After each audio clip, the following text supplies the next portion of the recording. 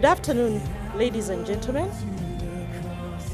Joining us physically here at the Kampala Serena and online, thank you very much for joining us today for our 2025 inaugural Boardroom Masterclass session. On behalf of our partners, Japheth Cato Consult, Legal Mark Advocates, Stedman Global Consult, and Covey, I would like to warmly welcome you to today's engagement.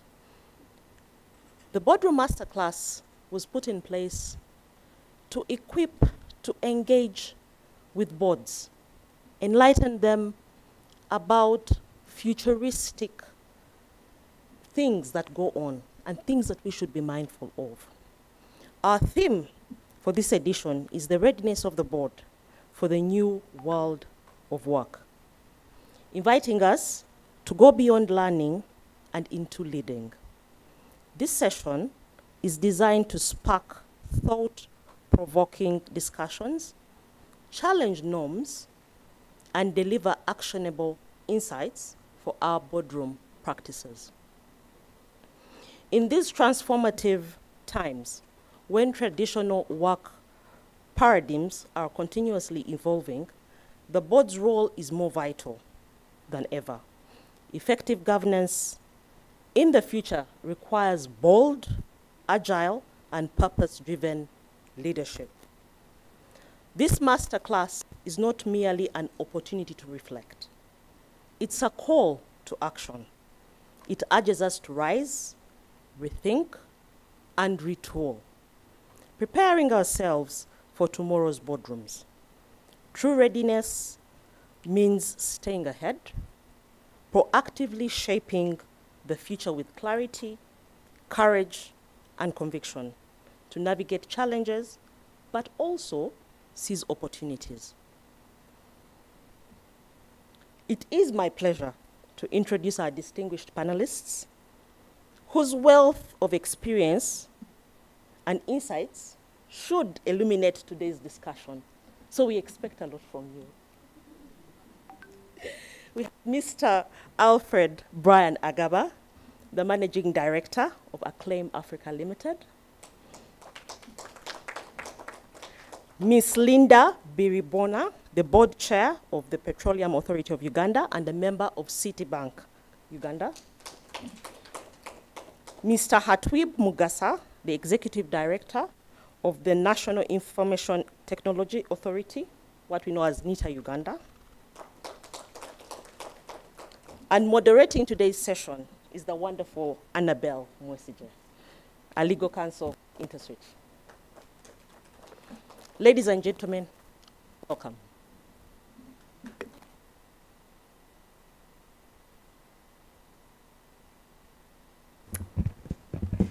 Thank you, Rachel, for that amazing introduction.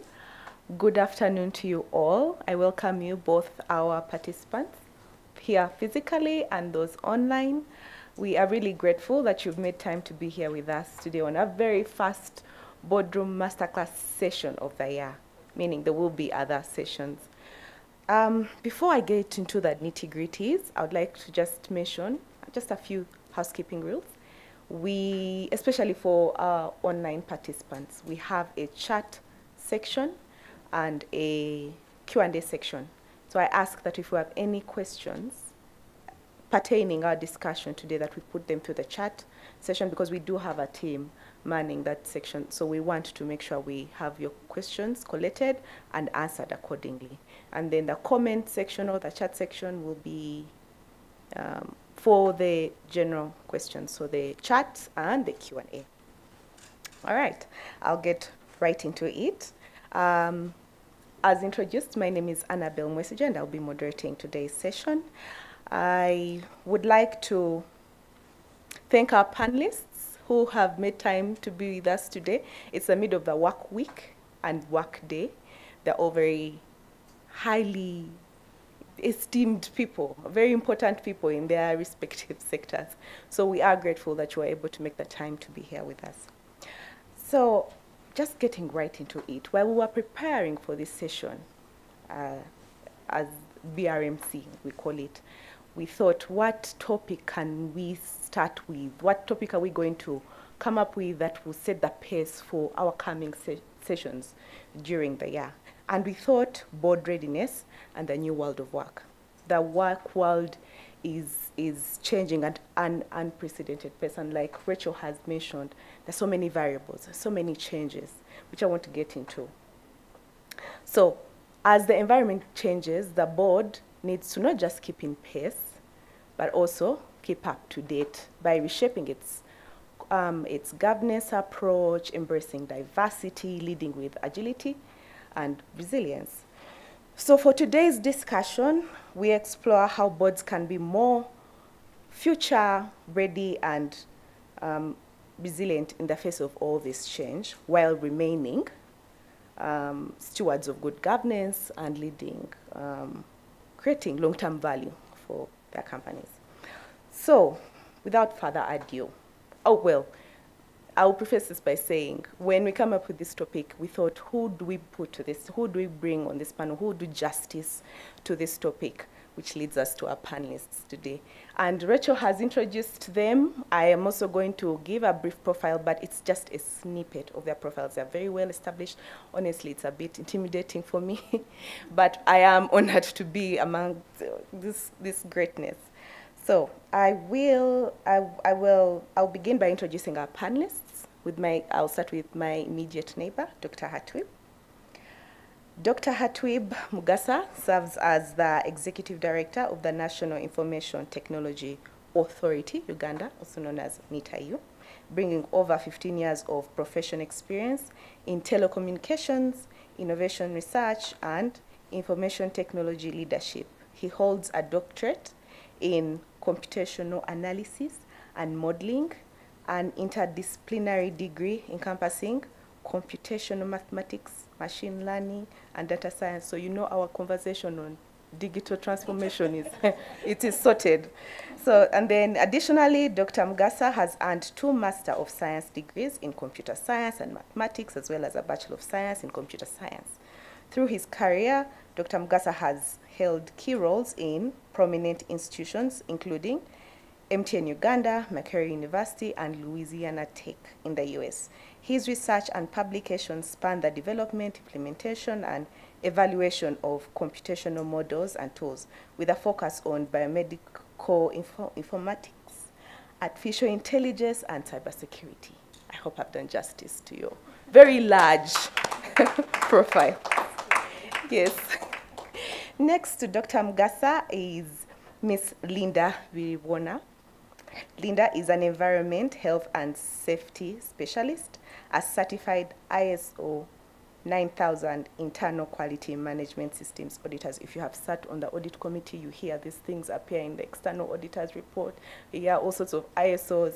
So yes, this is one of them.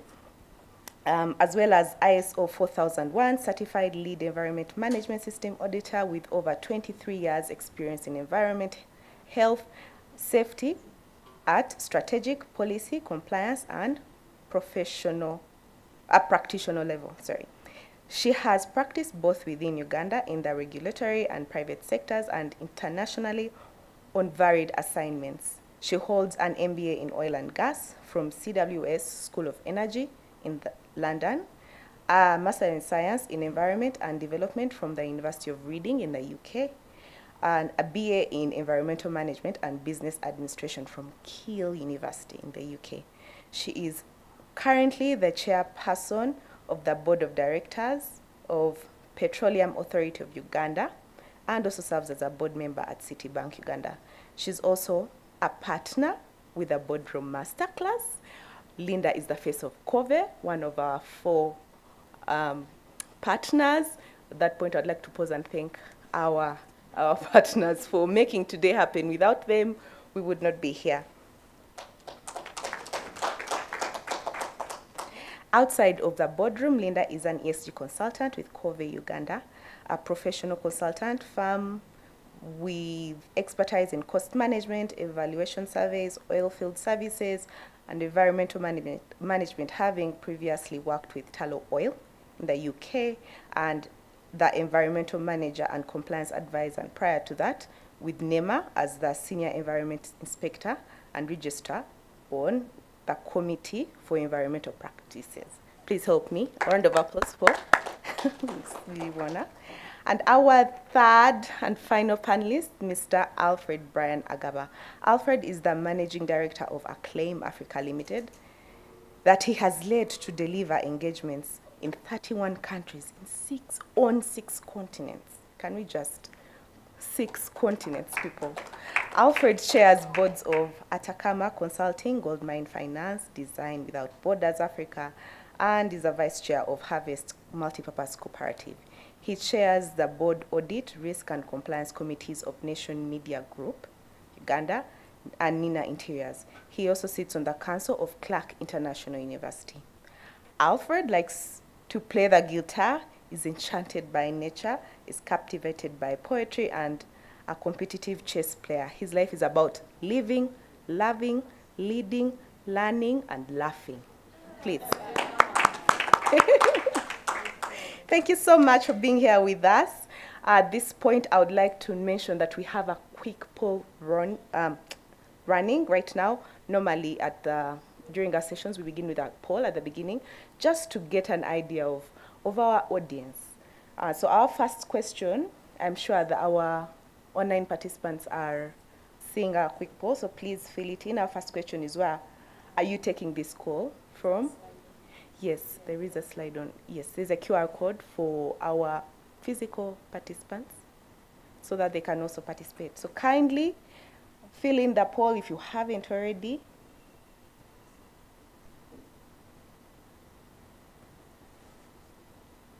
I would like a heads up once the poll is. Do we have our numbers coming in?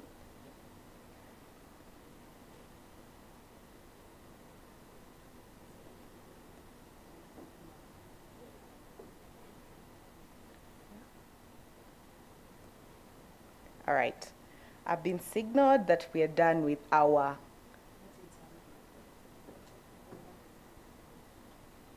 okay. All right. Thank you. So, as it is tradition here at the Boardroom Masterclass, we like to begin with an icebreaker to warm up the room, to, ease ourselves into the conversation. So I will begin with Lynda. First icebreaker to you. If you could have any historical or business leader on your board, who would it be and why? Thanks, Annabel. Good afternoon, ladies and gentlemen. Thank you so much for making the time to be with us this afternoon.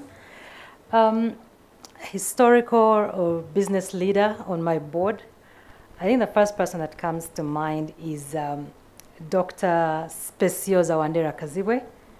I don't know how many people in the room know her, but at least we've heard the name, right? And why would it be her? One, she was the first female vice president the country ever got. Not only was she the first female vice president in Uganda, but on the continent, in Africa. So she really led and set precedent. And why I get intrigued is she's very courageous. She's very passionate. When she gets into an assignment, she will do it and deliver it. But not only that, she's very calm. And these are the skills that the most boards need today. She's very calm, but very firm. A lot of the work she has done speaks for herself. She advocated and continues to advocate for women. She set the pace to put women in leadership. And I think today Uganda is a classic example of how many women we have in leadership as a country. We are not there, but we are doing a lot better than many other countries. She did set the pace for that. She continues and continued to vouch for women, really, to put them in leadership spaces. She has done a lot of her work, I would say courageously. For starters, being a vice president is not small. It's not a small thing, really. But while she was doing that, there was a lot of, for those that did follow at the time, there was a lot of noise in the background. How do we have a woman in charge? It took a lot of people unaware. It took the country unaware. It took the continent unaware. And of course, there was mixed feelings. Will she deliver? Will she not deliver? I stand and I believe that she did the best that she could, the best way she knew how. And she left a mark on the continent, on the country. She was and she still is a negotiator. She's very assertive for those that have met her in person, but very, very calm because she believes in what she's doing and she negotiates. If you put your concern on the table, she will make sure she negotiates for you as long as it is very objective. And I think these are critical skills boards need today. I could go on and on about her. Thank you. Thank you so much, Lynda. So our next icebreaker is to you, Alfred. If your boardroom leadership style were a movie or a book title, what would it be? Either or. Wow. Or both, really. If you have both, honestly. Thank you, Annabel, and good afternoon, everyone, including those online. If I think about a movie, I'd think of Back to the Future. Back to the Future, I'm just looking around to see if anyone is nodding. It's a 1985 movie. Yeah, a sci-fi movie about this kid that is taken back into the history to go back and unite his parents, make them fall in love so that he can exist in future. So Back to the Future would be an interesting movie. I think that would define my leadership style.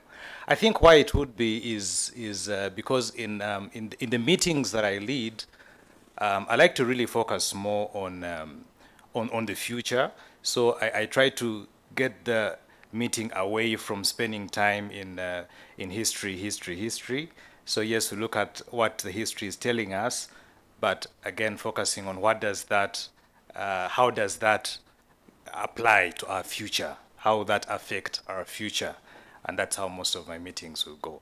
So we spend not as much time reading papers and the history was this, was that. We do it, but before the meeting. And then in the meeting, it's what does that mean for us? What does the future mean for us? Back to the future. Progressive. I like that. Thank you. Then our last icebreaker is to you, Doctor. What is the most memorable or surprising moment you've had in the boardrooms? Thank you, Annabel, and good afternoon and good day to those online. My most memorable moment in the boardroom was when I believe this was it was more of a cultural shock when I moved to government.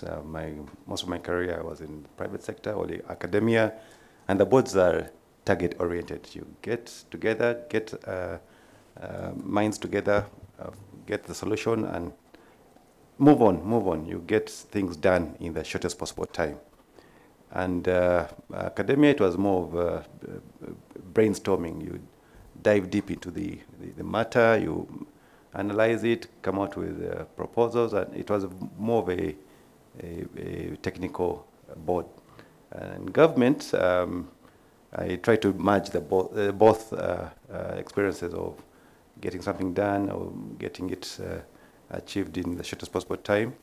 And I think one of my biggest, it was a learning experience, was the early stages of my career in government, where we had to meet some stakeholders, including the ministry and as NITA, the board. And to me, my mode of working was get into the boardroom, look at the matters that are on the table, come up with solutions, and I got to learn that procedure matters.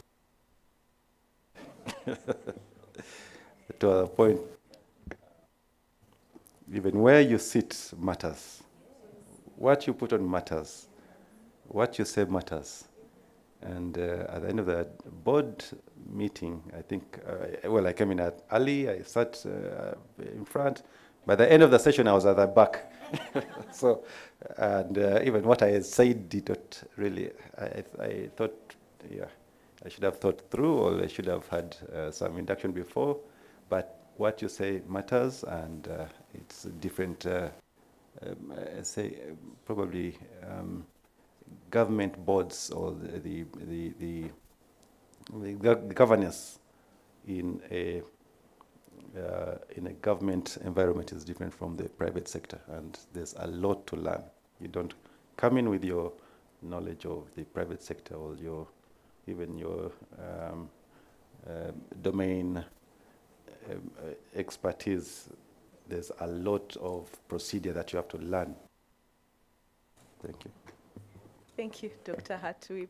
When we were coming up with these icebreakers, I also thought, for your question, what would be my most memorable moment? And I think for me, what stands out was the very first time when I was, for lack of a better word, ambushed by my boss to present his report. Nothing prepares you for that kind of shock and the amount of recouping you have to do to make that, to do what you're supposed to do when you're supposed to do it. So it did come with a level of character development for me.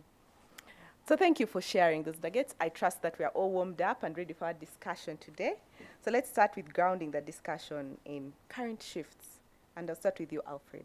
How has the concept of work changed within the workforce, and what implications do these changes have on organizations and board governance? Thank you. Thank you so much, Annabel. Work, work, work. Yeah, there's that song.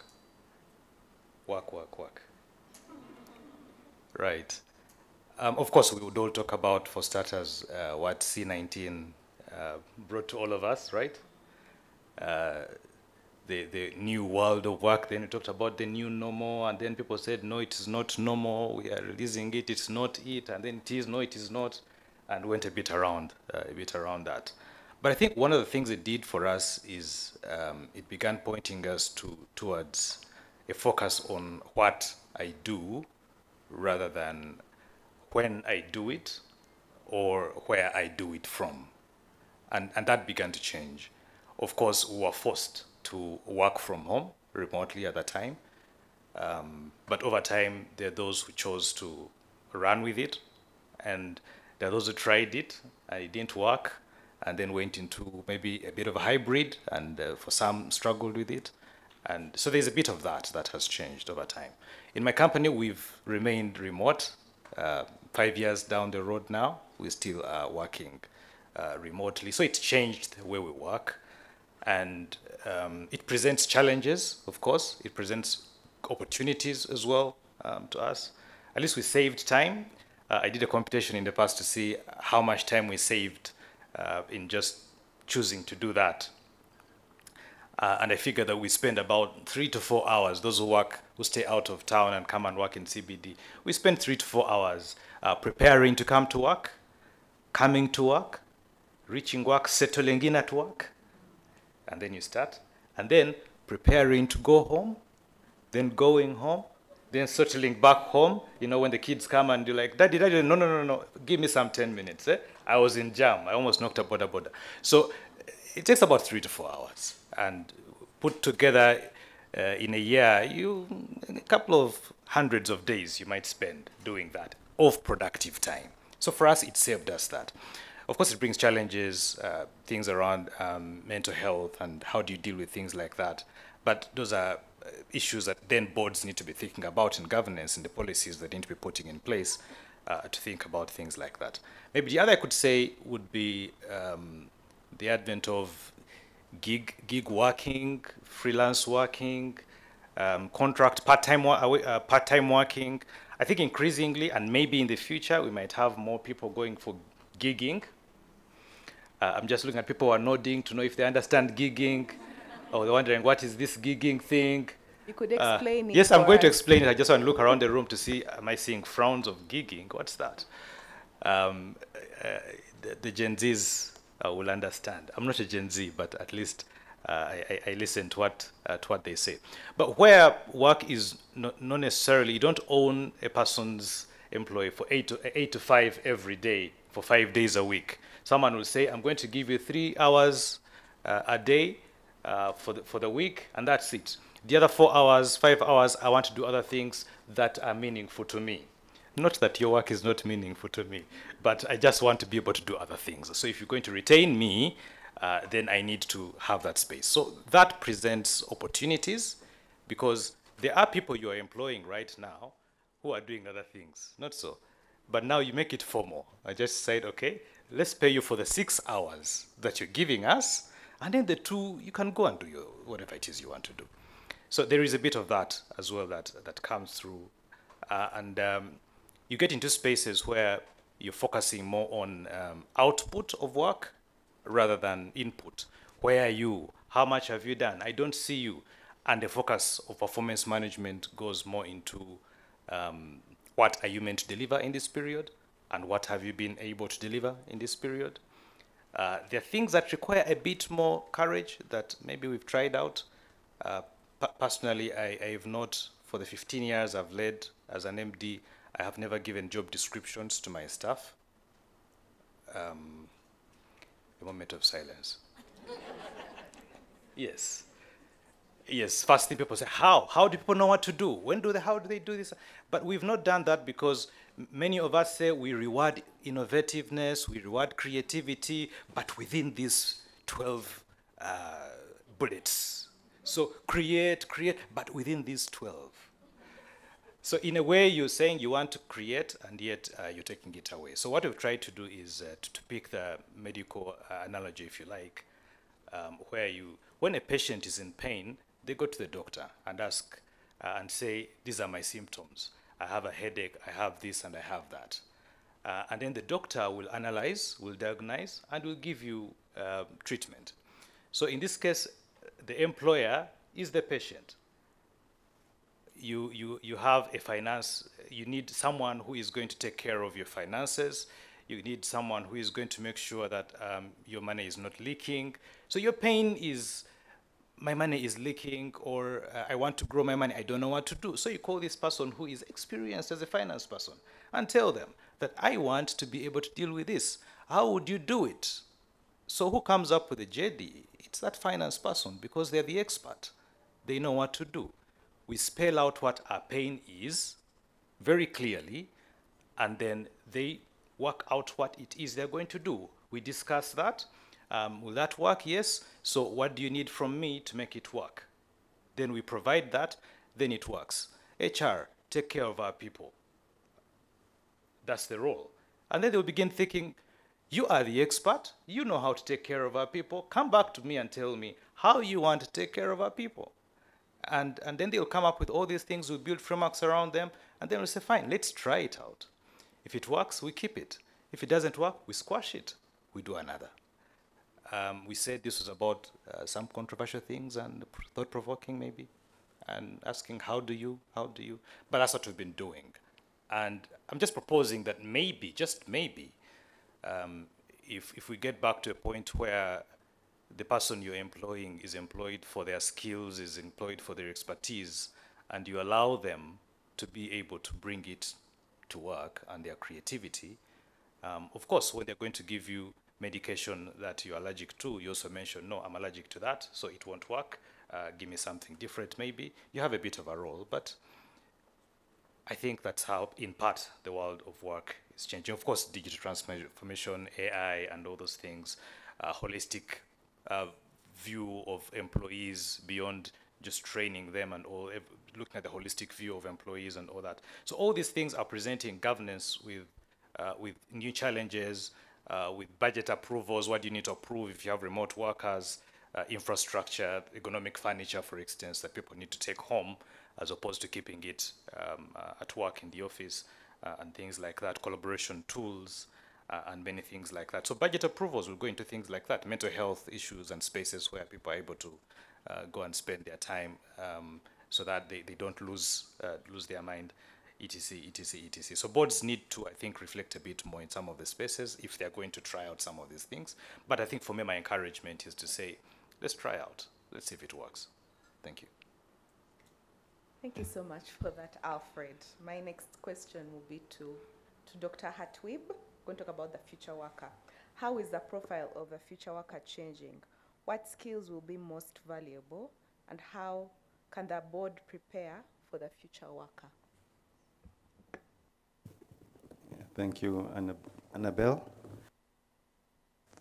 Work in the future, I believe, is already changing. It's already changing. We already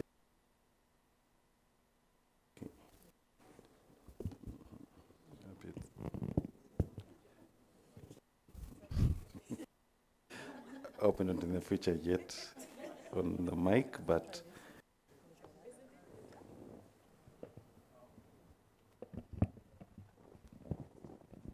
yes, what I was saying is we're already creeping slowly into the future. We're in the fourth industrial, and some studies assume that we are more or less moving to the fifth industrial revolution with the emergence of AI and it being affordable. There was already AI. AI was something that had been around from, I think, the 60s. So we've been, we already were more or less using AI in a limited way. It was mainly in the military field, but now it's in the commercial field, and it being efficient, it being accessible and affordable is going to change a lot on how we work. And we're already experiencing it. I think a majority of us have used ChatGPT and automations in the production chain is already being applied, but how does that relate to the board, or how do boards adopt that new work of life? One thing that has to be clear to the board is we need to, we can't do away with the emerging technologies or that new way of life. We can't sit back and be inflexible or do not recognize the change. We need to change. One of the biggest factors, well, it's technology, but it should not be driven by the technical leads or the boards. Well, we can have technical representation, but AI is domain specific. ChatGPT was a success because of the domain experts in language, not in computing. The time, I believe, when before ChatGPT, there was Watson. I don't know if any of you knew Watson. It was an IBM AI model that was developed by programmers to assist doctors diagnose the medical diagnosis or in the medical field. But it was led by programmers, and that was the biggest, I think, factor that led to its failure. Now, looking at ChatGPT, these are specialists in, it's a, what you would term as a large language model, an application that understands context or the syntax of how words are put together and makes sense, and from experience, from what it has been fed. But here the domain experts were the arts, not the sciences. It may seem to be a very technical thing, but actually the arts were the ones, or the people in the art field were the ones who made it a success from the learnings at Watson, or the failures from Watson, and the advancement in AI. Now, when we come to the board, we should also apply the same model. We're not saying let's get the IT, or let's get an IT-specific, IT-driven board. Yes, we'll have most of the boards have digital transformation or digital committees, or there will be some representation from the IT field. But where we're moving, we're looking at innovation. Innovation in your fields of operation. If you're in media, let's have an innovative committee or innovation committee that is looking at just innovation in the media field. If we're like NITA, we're in ICT, how can we build these technologies but bring together a board that is forward-looking in innovation. In whatever field we are, we need those committees to guide the respective authorities in the new way of work. There's also change in management. There's need to restructure, to align our structures or our operation, the way we operate as management, and this is guided by the board. So within the board, they need to adapt those new ways of work and apply them within the management structures. But there must be a look back mechanism. Now, I think Alfred mentioned something about the geek world. People are not coming to you're not employing someone for your time, you're employing them for their knowledge, for their output. So how can we adapt but also measure that change, not to let it be controlled by management, but the boards also should measure, or there should be some accountability to those changes, and all that is at the board level. So with the change, I hope I know there were 3 parts. I hope I've answered, I believe I've answered the 2. We could just ask the 3rd part of the question. No. No, the same question. It was a 3-part question. Oh, yes. The 3rd was, how can the board prepare for the future? Yes. It's in accountability.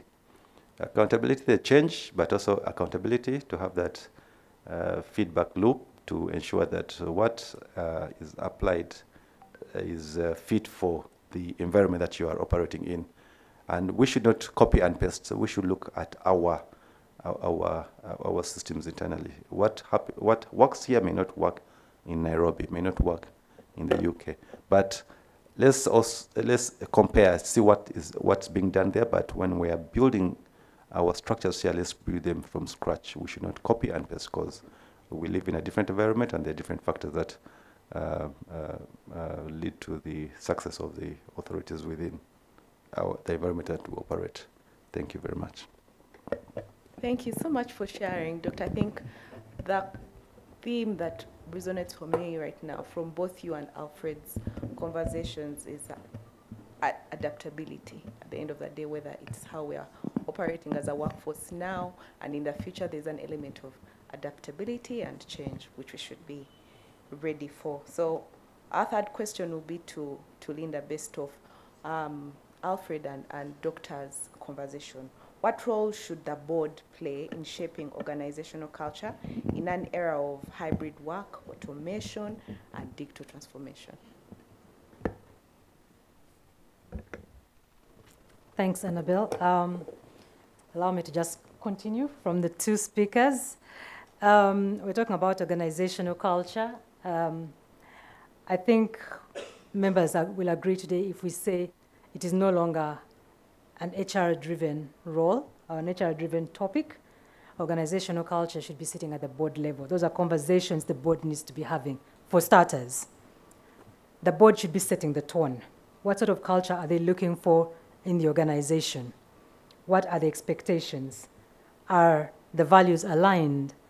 Is the strategy speaking to the culture, and vice versa? Do actually staff know what is expected of them? So it needs to be a conversation at the board level. And why would I say that? Because now we're talking hybrid working, automation. There's risks that come with that. So are the risks actually integrated in the risk framework? Does the board talk about these risks, organizational culture as a risk, not just what other risks are we talking in terms of finance and all those things? They do come into play, but the culture itself, is the board addressing it as a risk? And why? Because at the end of the day, when we're talking hybrid, we're talking AI, we're talking automation, we're actually talking data, right? And data is the new gold. Today, data is the new gold. So if something comes and crushes the systems, the business is likely to close.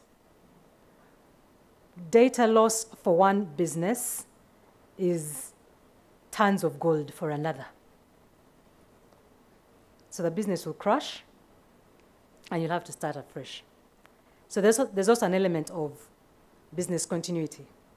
So again, the board needs to ensure what systems are in place, what policies, what procedures, what protocols are in place to ensure that business actually continues when the risks actually come into play. Alfred was talking about innovation. And when you asked me, the first thing that came to mind was everybody's talking innovation because it is giving businesses a competitive edge, right? But have the boards taken a step back to ask, are they ready for the innovation? Are we doing it because so-and-so is doing it? Is it the right time for us as an organization? Have we taken a step back and checked what is the exposure for us? What is the risk? And what is the value? Is it the right time? Those are the questions the board needs to be asking themselves. Obviously, while the board is asking themselves, they need to make sure they have the right people on the team. As you said, Dr. Hatwib, having the right expertise. Allow me to add this. You don't necessarily, and I think you did touch it, you don't necessarily need to have technical IT or IT, ICT experts as a board member, no. But board governance today allows you to co-opt on a needs basis. And that is if you actually cannot have the IT expertise. It is a plus, it is the right thing to do, but for organizations that are in a space where they cannot, and time is not on their side, they need to be able to co-opt. Reason being, they need to be able to ask the right questions. They need to be able to ensure that they're driving the direction the organization should be going. You cannot drive where you can't see where you're going. You can't. I mean, we'll give an example of driving in Kampala. You can't close your eyes and drive. We all know what that means. It's a skill in itself, driving in this town anyway.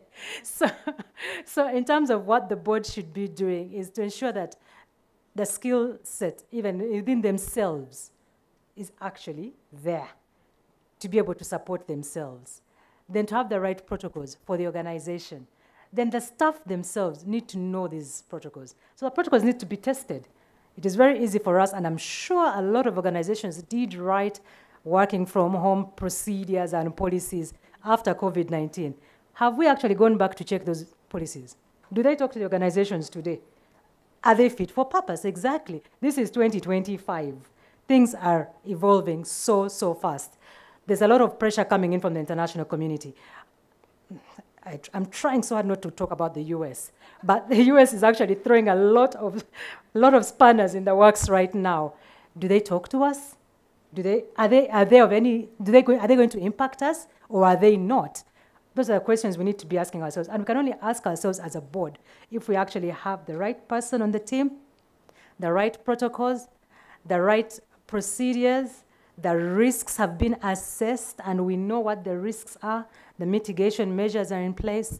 The language is also very clear. In terms of when you're talking about the culture, the language also needs to be very clear. You're talking about people working from home, people being allowed to build and develop apps and platforms and solutions for the organization. When you're having the online meetings, is the tone what the staff are expecting? Is the tone what your members, your colleagues on the board are expecting? Or are you actually saying something else and they are hearing something else? So that also needs to be able to come out clear. The board needs to be able to build the trust. We have allowed you to work from home, thanks to Alfred's team. They've allowed them to work from home. The trust is, yes, sit in your house, but deliver. There's also a cultural aspect when it comes to Ugandans. Sit at home and deliver, or sit at home and be on, well, these days it's not Facebook, it is be on socials, So that trust, being able to have that trust with the staff and them actually feeling they're being trusted. And how do they feel they're being trusted? You're hearing them out. They will voice their concerns, and you will hear them and address them. It's very easy for us to say, I trust you, you're supposed to trust me because I'm your board chair, but how are you going to trust me when after 2, 3, 4, 5 months, 1 year down the road, everything you said has never been talked about? It is one thing if you're not going to address it, talk to it and let them understand why it is not being addressed. Thank you. I could go on, but let me allow the rest to come in. Thank you. Thank you so much. Yes, like Lynda has mentioned, if something comes to you, feel like you need to add, to elaborate, please feel free. You can interrupt and just let us know. Alfred, you look like you. Yes, I do. Thank you. Thank you so much, Lynda. I think I wanted to just add to that bit around the tone being set from the leadership, being set from both from the board and also from the senior management, around culture as well, what culture that we're trying to build. When we chose to work remotely, fully, there are things we had to keep modeling up for the staff. So if I'm going to be off my desk at 10 a.m. and go to the bank to do something, I'll inform the team that I'm off my desk. They can't see me, I can't see them, but then they get to know it's normal. It's okay to mention that I've stepped off my desk and nothing has happened to me, and I need to be accountable to them. So over time, they all began to be accountable. So if someone is stepping off, oh, now I'm just going to cook lunch for my family, I'm stepping off, you won't see me. So that you don't look for me. But because it's been modeled, we've been modeling it and we kept asking our team leaders to do the same, and it's modeled. Now everyone is able to then do that. We felt you don't need to ask for permission to take your child for immunization. May I please take my child for immunization at 10 a.m.? May I take leave, please? Saying, no, please. Take your child for immunization. Just let people know that you've gone. And when you come back, we're not actually asking you how many minutes did you spend at the hospital. So our expectation is that when others are leaving at 5, you should leave at 5:45. We're not going to do that. We will demonstrate trust, and we will trust you until you break the trust, until you say, you've trusted me way too much. And I think the more people are trusted, I know we say this of Ugandans, that, oh, trust a Ugandan and they're going to play you. There are good Ugandans out there as well. Let's trust people as well. Let's, yes, have visibility, because I have visibility of everything that is happening in terms of outputs. Let's have tools that give us visibility of the work, but let's trust more. Let's model what we want to see. Thank you. Thank you so much for those nuggets. I think what my takeaway from this discussion is that the shifts in how the workforce works now are different. We need to adapt. The board needs to be aware that since the onset of the pandemic, or after that, I know we are well out of the red zone, but a few things were picked up during that time that we can continue with.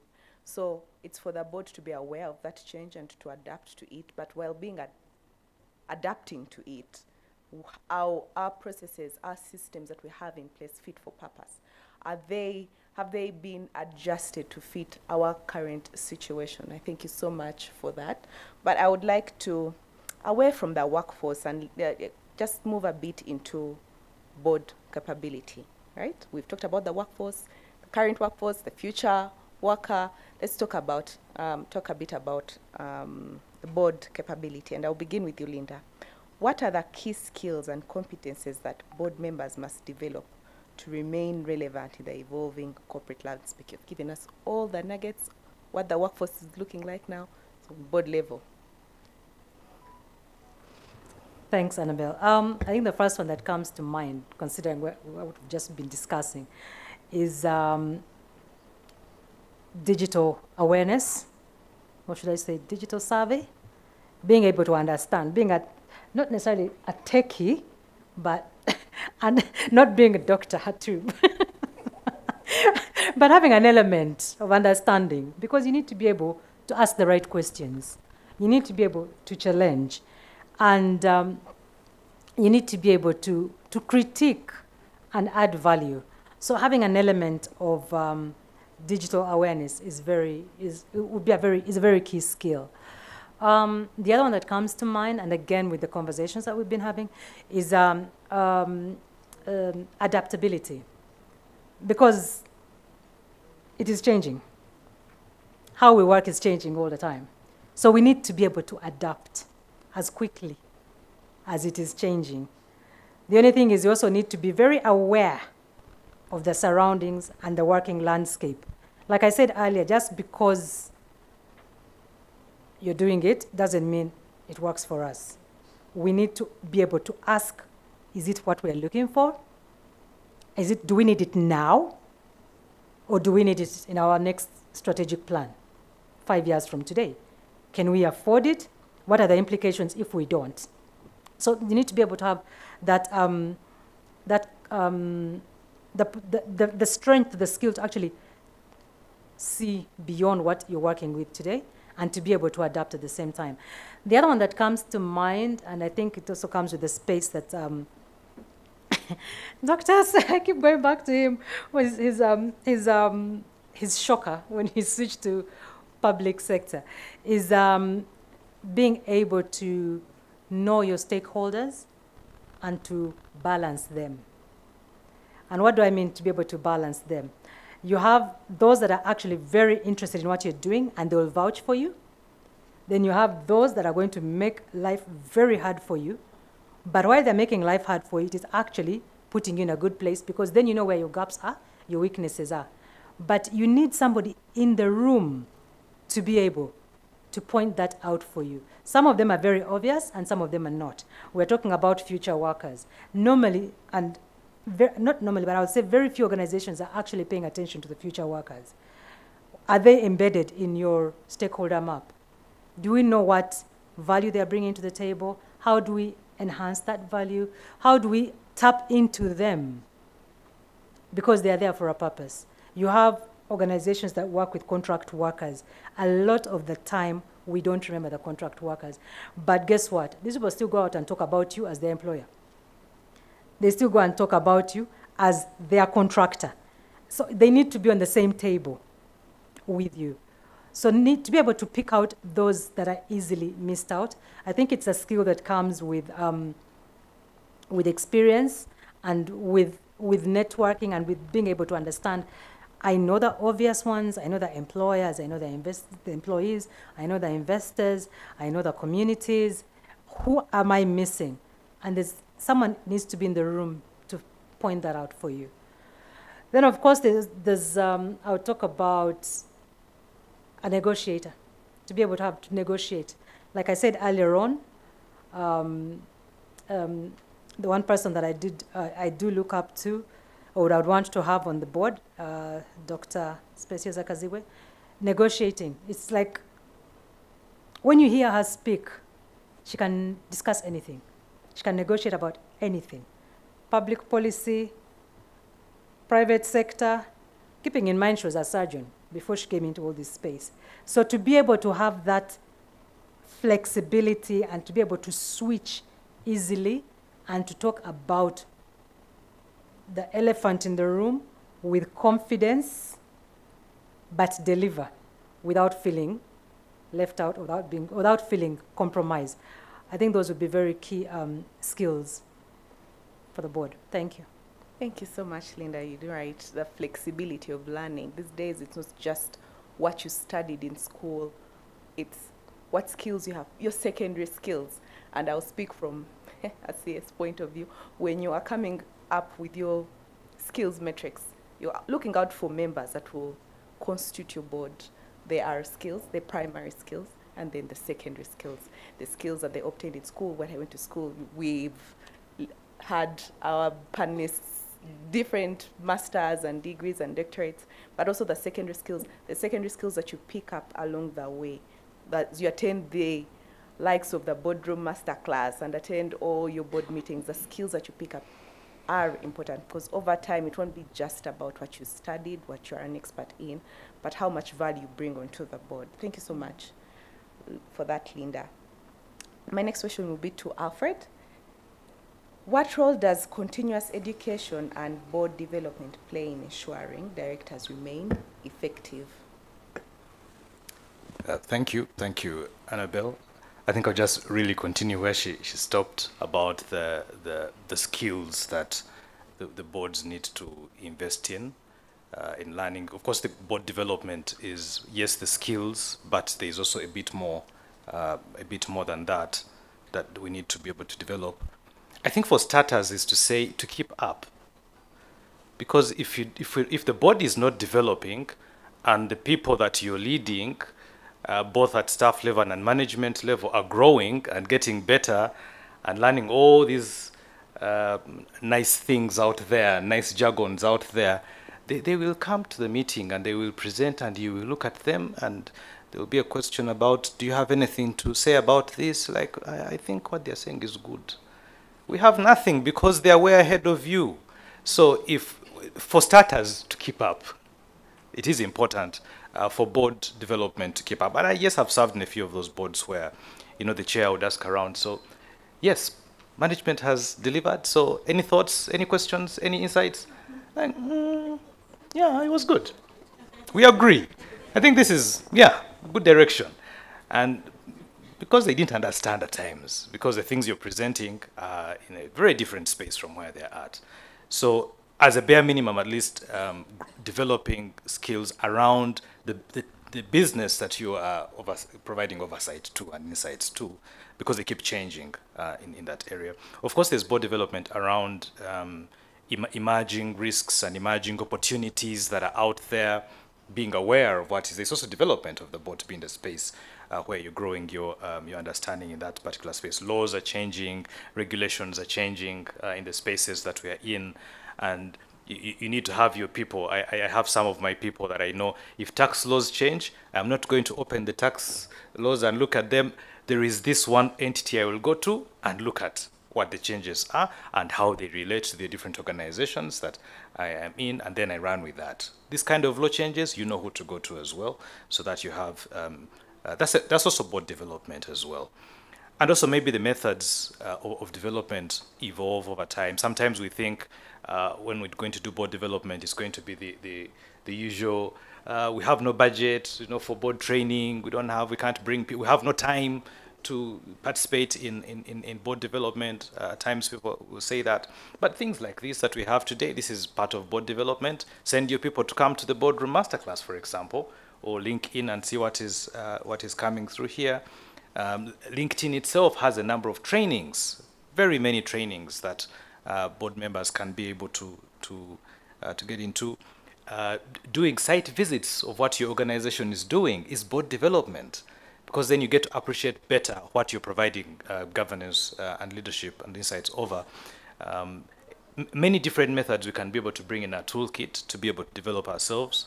But even governance itself is evolving, it's changing. You get to a point and you think, I think I'm fairly there, and then you figure out I didn't know as much as I thought I did. The new methods of doing the same thing over and over again. So it is very important for boards to continually invest in their development.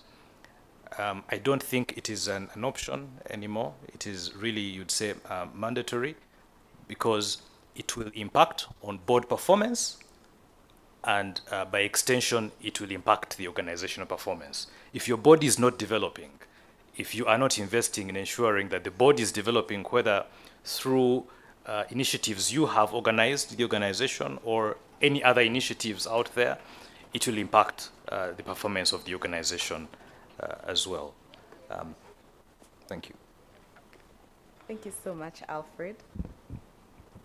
Thank you for that, Alfred. Next question will be to Dr. Hatwib. We've talked about the evolving shifts in the workforce, the need for the board to adapt to these changes, the training that it needs to be more effective in delivering its role as the board of directors. How can boards strike a balance between long-term strategic oversight and the need for agility in deciding? Because the key, what resonates here is the need for agility and adaptation. How do we balance the two? Thank you, Annabel, for that question. If we look at the workforce landscape within Uganda, it's quite diverse. We have a workforce that is of the age where computers were not in operation, and they swear not to touch or not to use. They don't want to, and they don't need to probably within their work. But some, even when they need to, they prefer not to. Those are the BBC, born before computers, what they call them. Then we have got those who grew up in the computer age where we were starting to use computers, some which I fall into, the category that I fall into, either you started using computer at university or secondary, or when at least you're close to the time that you are getting into the job market. You learned mainly on the job, or these are the skills that we picked up when we were just getting into the workforce. Then there are those who have been using or who are using these technologies from the time they started working, or even before. There's some kids now who can even there's Gen Z, then there's that one. Alpha. Yes. There's Gen Z in between, sorry, I jumped those. But then there's the Alpha. Gen, and Beta, there's no Beta?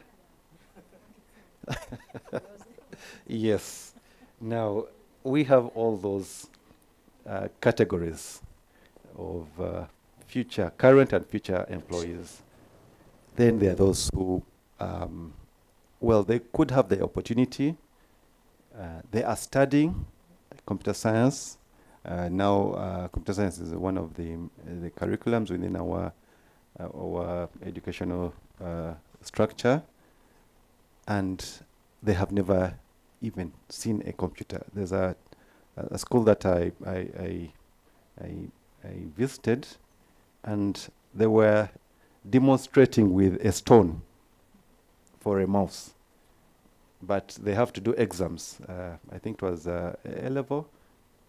So yes, A-level, and I had to donate 2 old desktops for them, and that was good enough just before they did the exam. But throughout the academic year, they were using a stone as a mouse.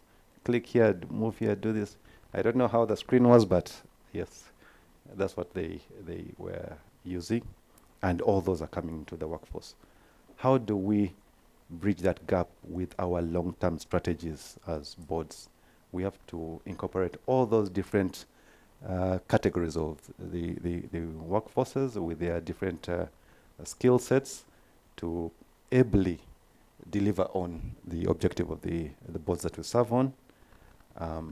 And it has to be, I believe, if we're to, well, we can look at the short-term, those short-term fixes now for the schools that are in those curriculums, or that have those curriculums. We could either train them, but we should also plan for the long term. So it's quite challenging, especially in the environment that we work in. Unlike the developed environments where they had that mass transition, here it's piecemeal, and it has to be very targeted. We can't assume that, yes, every Gen Z group will be able to adopt these technologies. There must be a very intentional and deep understanding of their skill set, and train them to be able to adapt to the workforce. So unlike, well, we could say we're developing, but there's a big gap that has to be covered, and that is through training. So there's need to train, or there's a lot of emphasis that the boards have to put on training. We should not assume that this workforce with this or within this age group will be able to handle this task. There's need to train, but it has to be intentional after understanding what skill sets are available within those groups. Thank you very much. Thank you so much for that, Doctor. I think my takeaway here is that directors should be cognizant of the fact that they have been onboarded for the skill sets, the competencies that they gain with, that they come with, and it is important to continuously train, to continuously understand, adapt to the environment, understand the business that you're here to advise with, to give that strategic guidance. There is, and also strike a balance between the agility and also that strategic oversight. I would like to pivot us to one of the more pressing board concerns, especially since the onset of the pandemic. And this is on technology and digital disruptions. My first question is going to be Dr. Hatwib, because honestly, this question is twofold. So, Doctor, how would you prefer? Do I begin the first one, or I mention both? And we, okay, both. All right. Okay, both. So the first part is twofold. So the first part of it is, how can boards tell which digital disruptors are here to stay or simply passing the fad? We've heard of different NFTs. I found out recently that's non-fungible tokens. I trust Doctor is going to explain a little about that, getting too technical, like Lynda mentioned earlier, crypto, metaverse, AI, all these fads.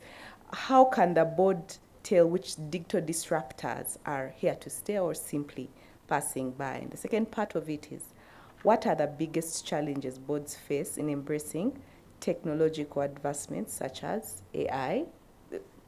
We've just talked, the fads we just mentioned. Yes. Thank you, Annabel. This is a very interesting question, and we have been, as NITA, we have been advising government on what digital disruptors we can adopt. I know the word seems to be counterintuitive. You are disrupting your domain or your sector, but it comes with benefits. Sometimes people fear to change, but technology forces change. Well, there's a lot of benefit that comes from a change within technology. Definitely not, well, it should be positive. You not really achieve the benefits in the negative. In some cases, actually a negative change or a disengagement from the existing technology is just it's within the process flow to the new technologies. So there's either an upgrade or you can disengage so that you can replace with new technologies. But these disruptors, and I'll give an example from experience, from some of the engagements that I've had. Yes, there are those that are fabs, or those that are they're hypes. They're here to they come, they look good, they look attractive, but they're not here to stay. How do we identify those that are not here to stay and those that are here to stay? First, we have to own the technologies. Own the technologies. Let's not be driven by, I would call them middlemen, who come to market their technologies. And there are a lot of them. There are quite many. Every day there's a new technology coming out. And of course, there will be a value associated with it, a return on investment. But as a country, or Uganda, to me, since I'm government, I will speak to the interests of government, or within the boundaries of operation. As a country, or within the boundaries that we operate in, how do these technologies benefit us in our operations?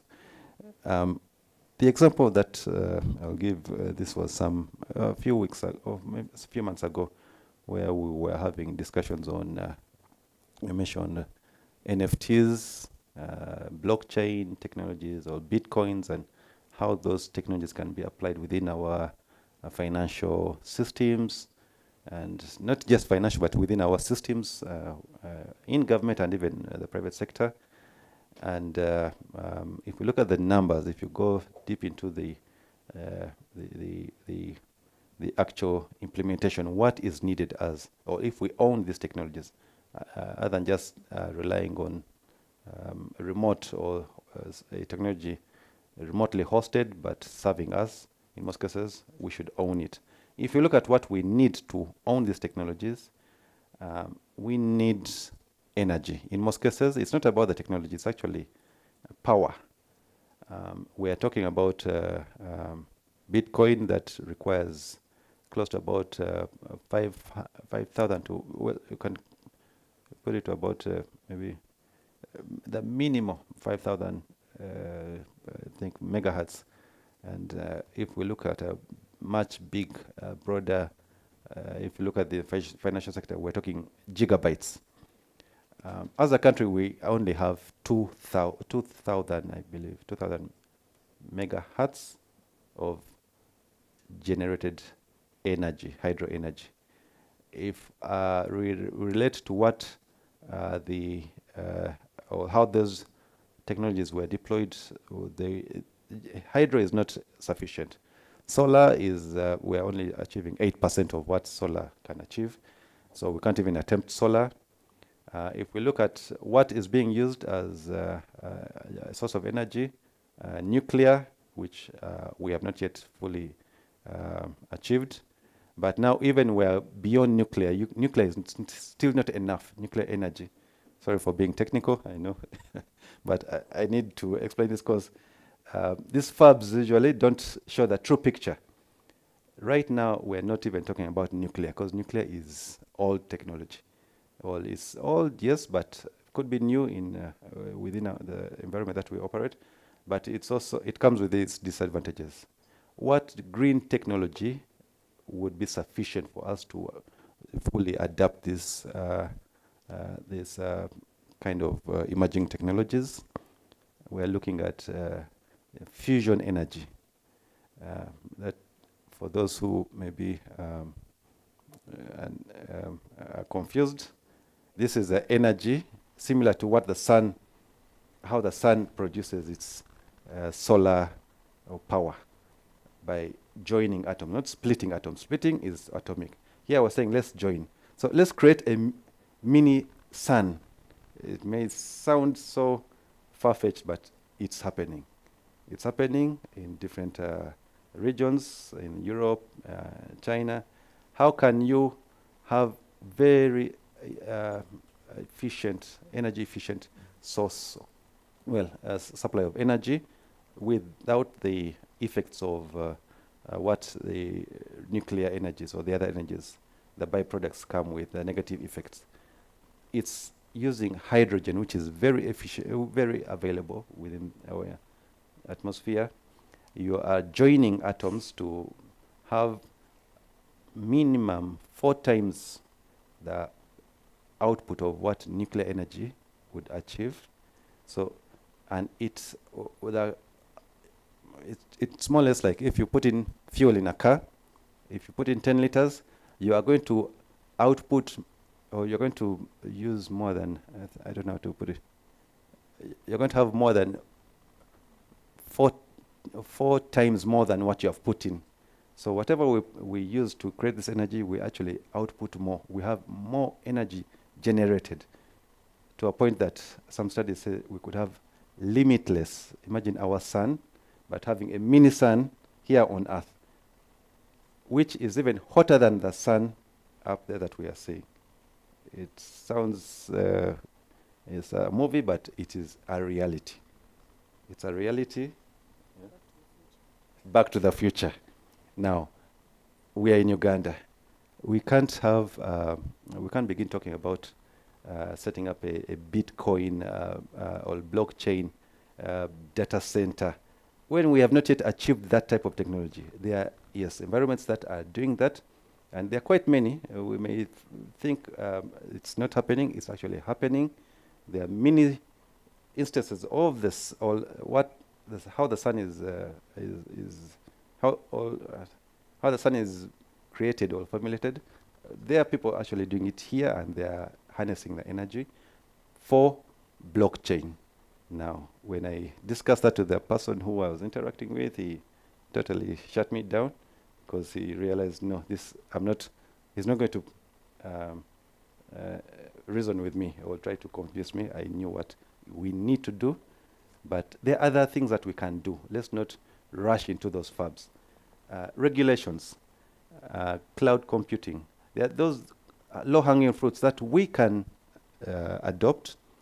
AI designs the software part, not the hardware. We will be really selling snake oil or something, a product that we really will not be able to take on if we go into the hardware. Let's look at the software. Let's look at the advisory services. But yes, we can take them on, but not the way the developed world is handling them. There are ways that we can adopt them, but it has to be owned. We have to own those technologies and own the process, deployment process, and not be driven by middlemen. I think that was the first question, and I hope I'm not confused the audience. The second, it ties into the first. Yes, the challenges is we are not ready in terms of the technology, the environment that we operate in. It is it's a developing environment. These technologies are so energy hungry. It's not the servers, the cables. No, it is power that has to. The question of power has to be addressed. Without addressing that question, I know now umeme, there is no umeme, but let's not even think about it is light. Okay. Hydro energy does not solve the challenge of the emerging technologies. It will cost us more to run these emerging technologies on hydropower. Solar does not, it only works on the IoTs or Internet of Things, a few components. The real problem here is the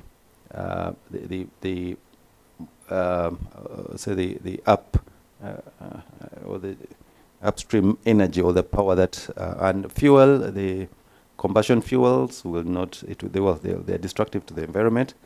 A more green and efficient energy source is what we need to first embark on.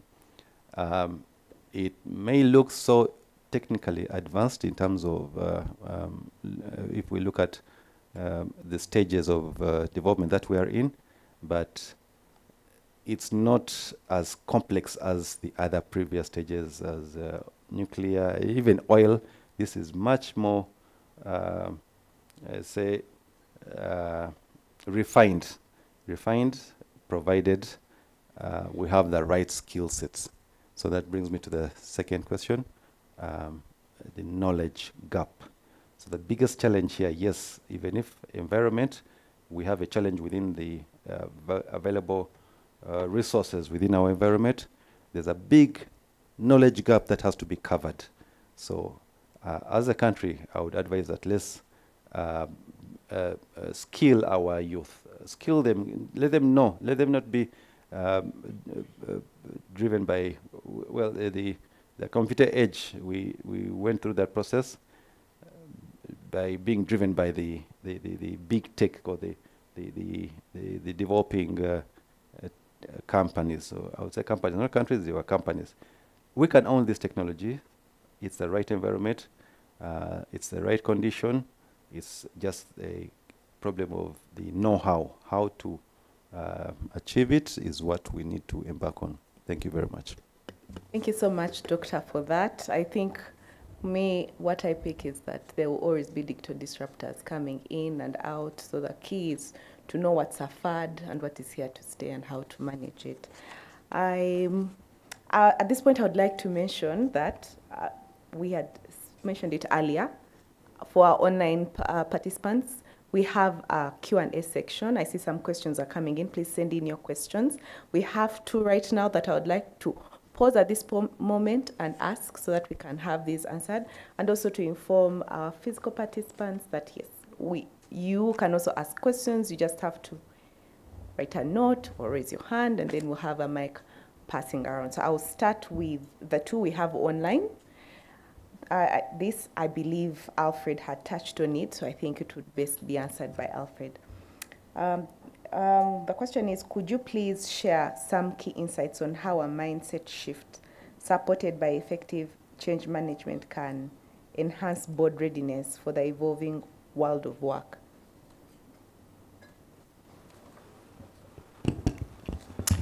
Thank you for the question. I'm glad I'm being asked to answer after Dr. Hatwib has. Usually, in a board meeting, after listening to Dr. Hatwib, I would say, could you please say these things in English? Like plain English, as you would to a 10-year-old boy, so that I understand exactly what you're saying. Because, oh, by the way, it's very possible that management can come to the board meeting and just use words and mix you up. They know what they're saying, huh? But they'll just make sure by the time you leave, they left you in a state where you're confused and you're not very sure whether to ask questions or query. Because you're the board, how can you be seen not to know? So please break this thing down for me. What exactly are we saying? Don't use digitalese, use plain English. I was about to ask the person who asked that question on that side as well to do the same, so that they can ask the question in plain English, and I could respond to them directly. But I'll just attempt around mindset shift. Maybe it's about really trying to tease our minds and challenge our minds to think a bit differently. Try to think maybe the thought processes and ways we do things, maybe it's possible there could be a better way of doing certain things. I'll just give a quick example. Maybe if you talk about things like risk. I love a book by I think it's called Nicholas Taleb. It's Anti-Fragile, things that gain from disorder. And he says fragile things, like a glass like this, fragile things, when under pressure, they will break, okay? We normally thrive for then being resilient and robust. But then he says that robust things under pressure they'll resist and remain firm. Like a rock or a hard steel, if you put it under some pressure, it will resist, right? And he advocates for us to be anti-fragile, which is when pressure comes, you become better and stronger, as opposed to just resisting. So when you think about things like immunization, when you immunize a child, you introduce a disease to them that they did not have so that they can get stronger, right? If you think about when you go to the gym, you work out, you stress yourself, you don't come out the same. After a while, you get stronger, right? That's just a different way of thinking about, you know how we've talked about VUCA, for example, and, oh, VUCA, things are running around, they're changing, oh my goodness, they're so bad. And you're thinking, but maybe it's good. Maybe volatility is not bad after all. Maybe uncertainties are not bad after all. I'm just giving an example of a mind shift in how we think about things. We got stronger. I mean, my company that I lead, we got stronger after COVID because of the things that we did. If you're fragile, you'll have strife. If you're just resilient, you will survive. If you're anti-fragile, you will thrive when pressure is applied to you. Now, that's just a different way of thinking that we could, for example, adopt. So, and it's a mind shift. We've talked about risk management many times and have thought about things in a particular way. Is there another way? Are we open to thinking about certain things in another way? Is it possible that I could be wrong? Is it possible that it's just calling your intellectual humility and say, maybe I could be wrong, maybe there's another way, so that we don't stick to our old ways or same way of doing things. So for mindset shifts, it's just trying to keep our minds open, I'd say, to different ways and of thought, of philosophies, and see how those can impact what we do.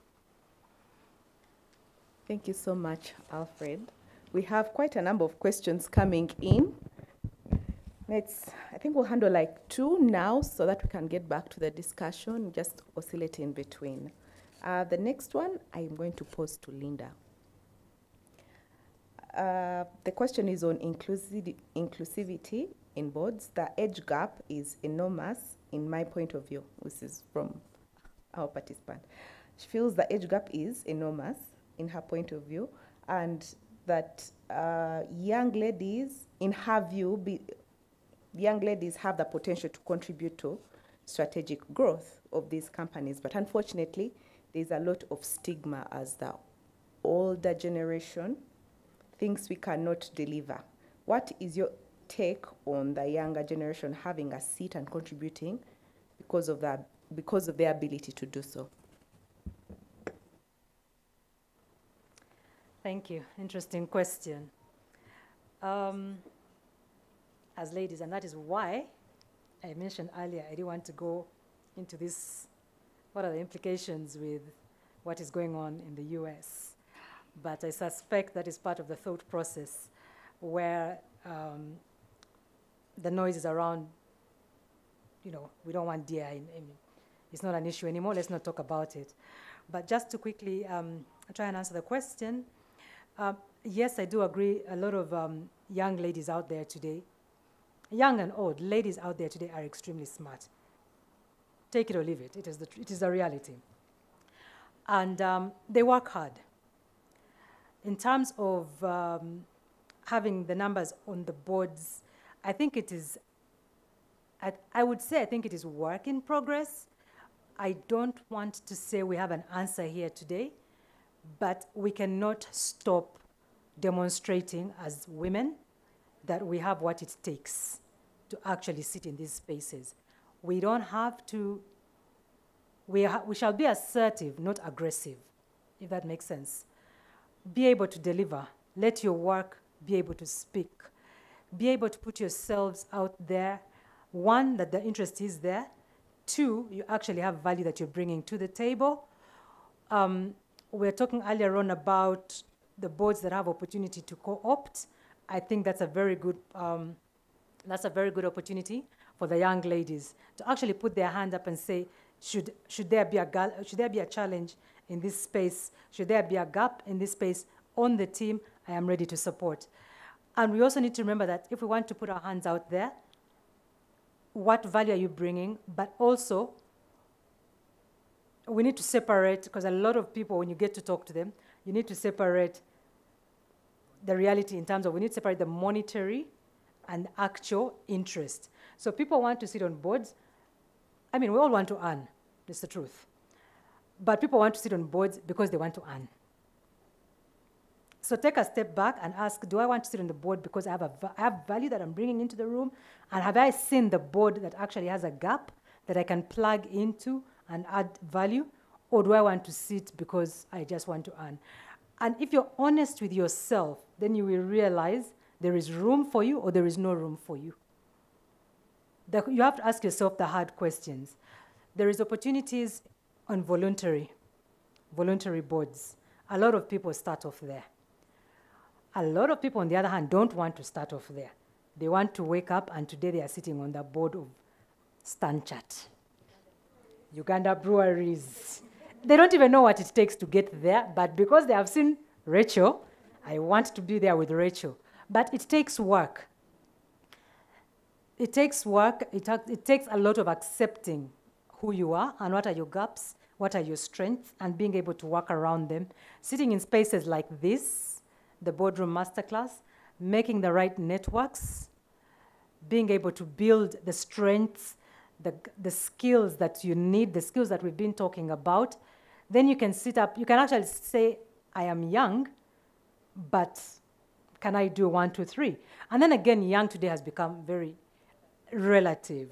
I'm not going to, I'll give myself as an example. I have met people asking me, you're the board chair of the Petroleum Authority, how old are you? In the beginning, I thought that's a very weird conversation. That's a very weird question. But with time, it actually made sense. And the fact that it was a public sector body, people think It's supposed to be like a retired. Someone actually told me, you need to be like 70 plus, retired. And I thought that is so wrong. That is so wrong. But it is the mindset, and we need to own the shift that we're talking about, changing the mindset. We need to own it as women, young or old. We're the only ones who can change this story. Thank you so much for that, Lynda. While we are on that topic, we had a section on diversity, equity, and inclusion. So I'd like us at that point to tackle that. Well, you've already set the pace for us. So I'll send my next question to Dr. Hatwib, in line with the foundation that Lynda has set for us. What practical steps can boards take to ensure they reflect diversity on markets and communities that they serve?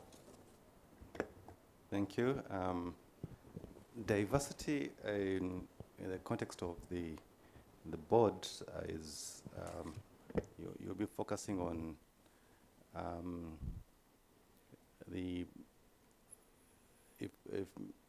sorry, I like to give examples, and I'll stick to that. If you focus on the if you look at the composition of not just only the board but also the organization that you'll be guiding, you need to have that equal representation. And diversity is, in my view, I believe it's a terminology to distinguish or to identify those different, I would say, diversity factors or areas that need to be given the focus. At NITA, if we look at the authority where I am and we look at the representation in terms of gender, I believe we are equally balanced. I have come with my comms specialist, but she has stepped out. Half of the top management is we equally balanced within top management. Yes, there's a challenge within the lower or the managers and below. But if you look at just also similar to what Lynda was referring to in terms of gender, let's look at the bigger picture. The population, is that reciprocated within our organizations in terms of gender? I don't believe so. Then also, if you look at other categories that may look marginalized, like religion. I am a Muslim. We are, I think, 10% in terms of 10% Muslims within the, NITA.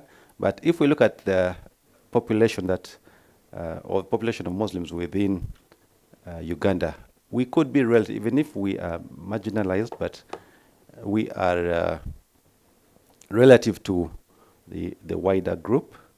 So there's some bit of equity. There's some bit of equity. While for gender, it is the reverse.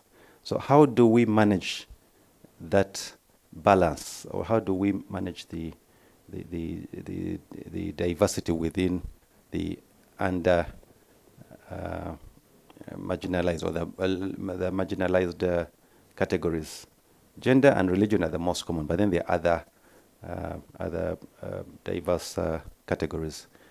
Then there are also those that are, in my view, I believe foreign. I don't want to get into the specifics, which would be seen to be underrepresented, but is that the within our environment, is that the representation that we have if we look at the wider group? So for diversity, we need to relate that to equity. Equity in representation, equity in compensation, in whatever aspect of the authority. Diversity identifies the categories, but are they equitable, represented? Are they equitable, compensated? If we, as NITA, or an organization, or the board is recruiting a manager or a director at the director level. Have they looked within the structure or the positions that have filled, and also within the have they related that also within the wider group in terms of the possible candidates whom can be selected within the pool of candidates, and that should be an attribute that is cutting across all levels within the recruitment process. One thing that I've noted, or that I've mentioned here, is we are, yes, as top management, as the authority within the government, the ICT authority, even if we are balanced, but have we done that across, and what were the challenges? We may want to enforce that equity or that balance, but are there available candidates? So to address the challenge of diversity, we need to also not just look within, but look out and make sure that we are equally representing, or we are equally, in this case it would be in the aspect of recruitment or getting the right resources, but have we done our homework? Have we really looked at the wider group? We should not just rush to check a box. It has to be an informed decision in relation to the wider scope, and it has to be equitable to all other aspects. Thank you very much. Thank you for that, Doctor. I'd like to take us back a bit, because this is an interesting conversation, because diversity, equity, inclusion made its way. It's an initiative that has made its way into conversations up to the boardroom. It's an initiative that is being pushed even across different codes of corporate governance. There are moves for companies to be more aware of that, and to be more inclusive, to be more diverse. And while there are a lot of proponents for DAY, there are also a few people that are not really keen on it, who have diversity has inclusion, equity has as a concept has faced backlash. So I'd like to ask you, Alfred, do you feel like the backlash that DAY is receiving at this point should be a concern for future boards? Thank you so much for that good question, Annabel. First, for diversity, I think it may have its backlash in relation to even what Lynda was talking about. But the components themselves of what it's about are a good thing. It's something that we need to be able to embrace. For me, it reminds me of the proverbial elephant, the person who touched the elephant's tail and said, "What a small animal this is," because that's all they could touch and see. It's a very small animal. The other held on the leg and like, "Wow, this is huge. It's a pillar. It's really big." The other touched the trunk and says, "Oh, it is flexible," and none of them was able to define the elephant correctly. I think what diversity gives us is different ideas, different perspectives to avoid blind spotting in the decisions that we are making. It allows us to be able to guide well, because we have a good feel that, imagine you take a decision based on the person who talked about the trunk and the tail and prepare for this elephant. It's going to crush you because you've not got the full story. So for me, diversity allows us to receive those perspectives. So I don't think it is even a debatable question at that level. I think, on the other hand, I'd say it really should not be diversity just for the sake of it. It is important that as we're trying to do that we make sure that the people that we're thinking about to bring in the spaces have the right competencies and have the right character, so that they bring value to the organization, as opposed to simply placing people in a particular place because They have a particular agenda. We know what was happening in South Africa, for example, with the BEE. They'll just get someone and throw them on the board and say, yeah, they're on the board. But were they influencing decision? No. To the optics, were they ticking the box? Absolutely. We've also seen, even in the development world, with localization, how you pick a Ugandan and make them finance director in New York, and they say, yeah, we have a finance director there, but are they making decisions? No. Are they paid the same as the other FDs? No. So that's not really diversity from the very perspective it should.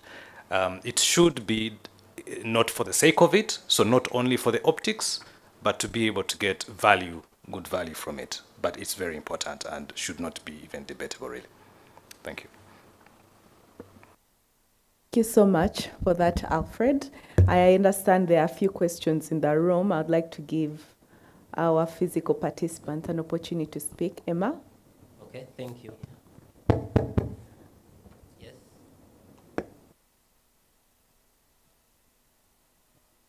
Thank you. Thank you, our dear panelists. My name is Claire. I'm a company secretary with Inca Uganda. My question is for Alfred, and it's around remote working. So if we remember in management classes, I think there's this old theory on management of theory X and theory Y. Theory Y is an employee who is self-motivated, they take responsibility, and then the theory X, unfortunately, needs direction.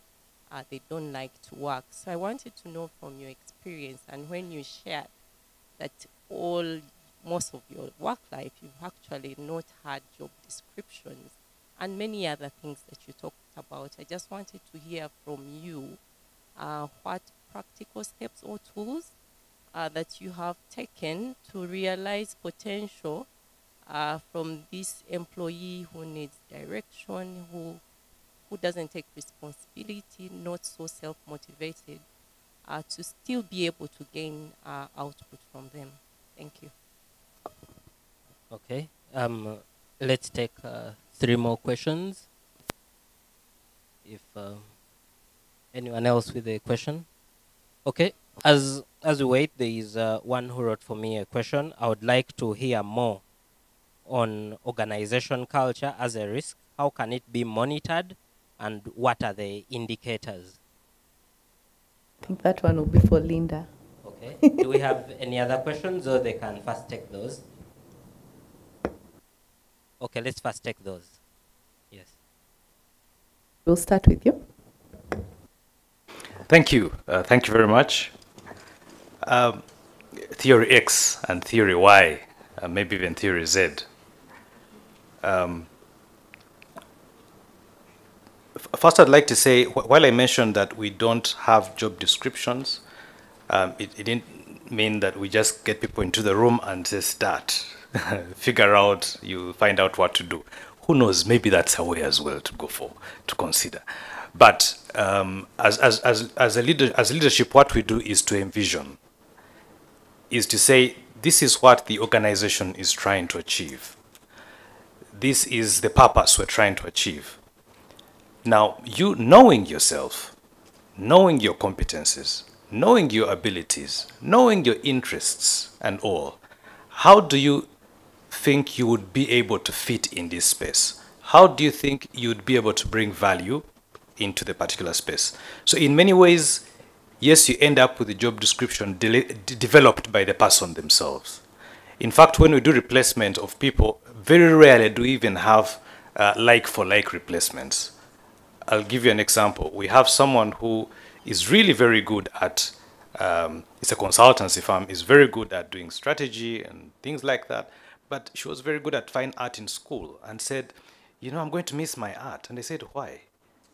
Why do you want to miss it? We do digital stuff here, we do online things and all. Why don't you want to be able to do our graphics? She said yes.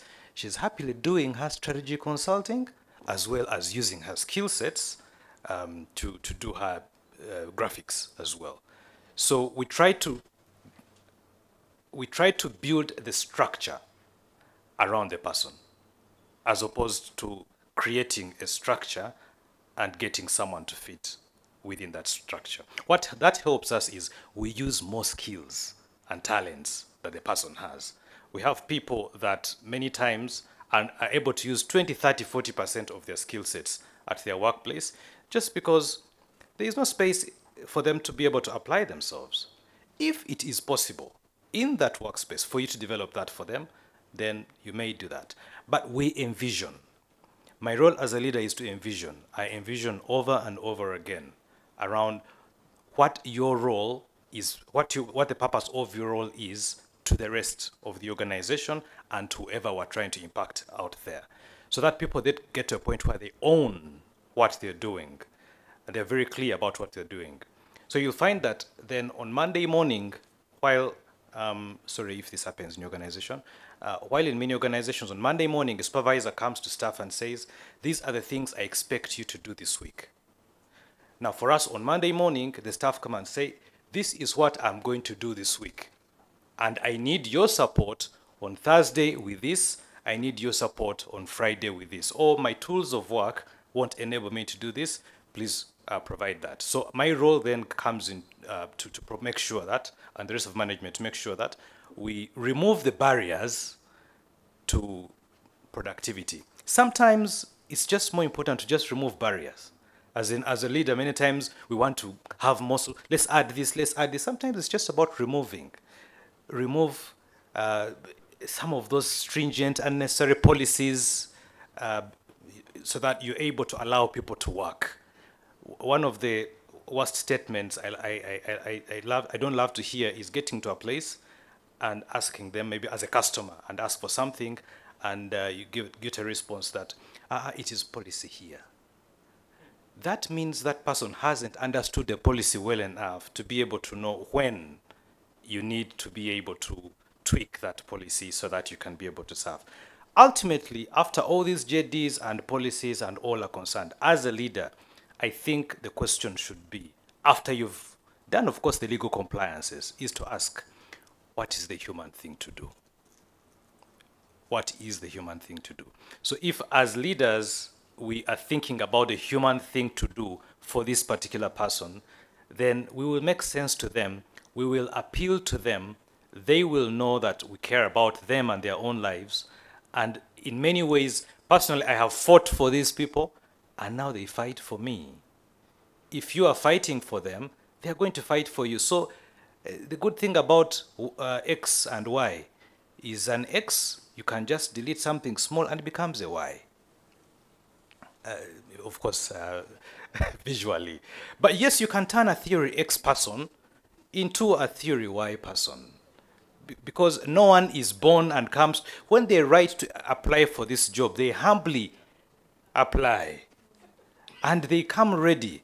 And then what they find in the place gets them into a space where they begin thinking, why was I humbly applying to even work in this space? You know? So you mind about them, you mind about the environment they're in, you look at some of the barriers to their delivery, some of them are knowledge barriers, some of them, because they're not exposed enough, you expose them, allow them to make mistakes, for example. That making a mistake is not going to cause you to be reprimanded, but it's an opportunity for you to learn. And that theory X person, slowly, it breaks off and becomes a Y. It's been my experience. We've had people that have worked for us for decades, really, in this day and age, where you're thinking people do 3 years, 2 years, 1.5 at most, and you know, and they go. But people stay because and the culture is the same across the board. That you work to build this person, to honor them as an individual, first as a human being, before you think of them as the role that they play. So we take responsibility. For me, the people that I lead, I take responsibility to make sure that I leave them better than I found them. It is my responsibility. It is unlikely, very unlikely, that you will invest yourself in the life of a person that you're leading that way. And they will just say, by the way, for me, I'm theory X. I hope that helps. Thank you.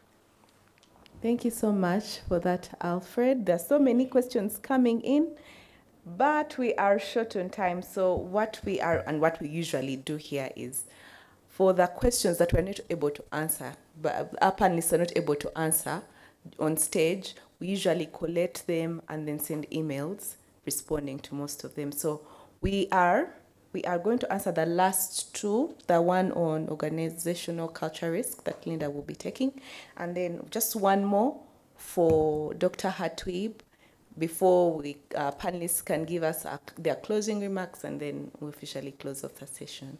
Lynda, I'll let you take it and then proceed. Thank you. I hope I got the question right with regard to organizational culture as a risk and how it can be monitored. When I mentioned that organizational culture is a risk, where I was coming from is what we're talking about right now in terms of hybrid working, in terms of automation of organizations, AI, and all the technology that you've had this afternoon. I will be surprised if nobody believes there's a risk in there, as it is. Forget the terminology, the ones we have understood in the English Alfred was talking about, and those who understood Dr. Hatwib. But on a serious note, the risk in there is already in there. So when we say organizational culture is a risk, that's where it's coming from. Because you're changing, as an organization, you're changing how you're working, you're changing how you're leading, you're changing your innovation, your staff are being exposed to different areas and aspects when it comes to technology that they're using. Systems are being put in place that they need to be able to understand, and to be able to understand what, in terms of how do they, what value are they to them, and what should they do and what should they not do. In there lies the risk. So that's why I'm saying organizational culture is actually a risk. So how do we monitor that? I don't want to say there is a one-size-fits-all, because again, the different organizations have their different cultures. But in terms of a board perspective, the board needs to be able, one, to put in place the controls, because they are shaping, they're responsible for shaping the culture of the organization. So they need to put in place the controls of what sort of culture that they're looking for, and then be able to assess accordingly. So when you're doing the board evaluations, you need to have a conversation around organizational culture.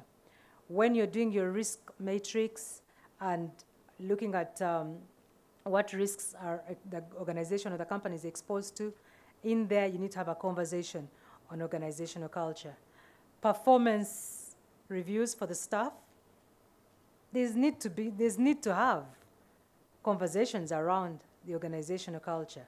You're looking at your values, you're looking at your mission, you're looking at your strategic plan, you're looking at your quarterly reviews, you're looking at staff engagements. Organizational culture needs to be a conversation on a day-to-day. And that is the only way you can be able to assess that you're actually, do you even have a culture in the first place? And what sort of culture are you looking for? What sort of culture are you aspiring to drive? Some organizations tend to, like young organizations, when they're starting, they have employees coming in from different backgrounds, different organizations. You're having the private sector coming on board. Then someone else is coming from civil society. Someone else is coming from being self-employed.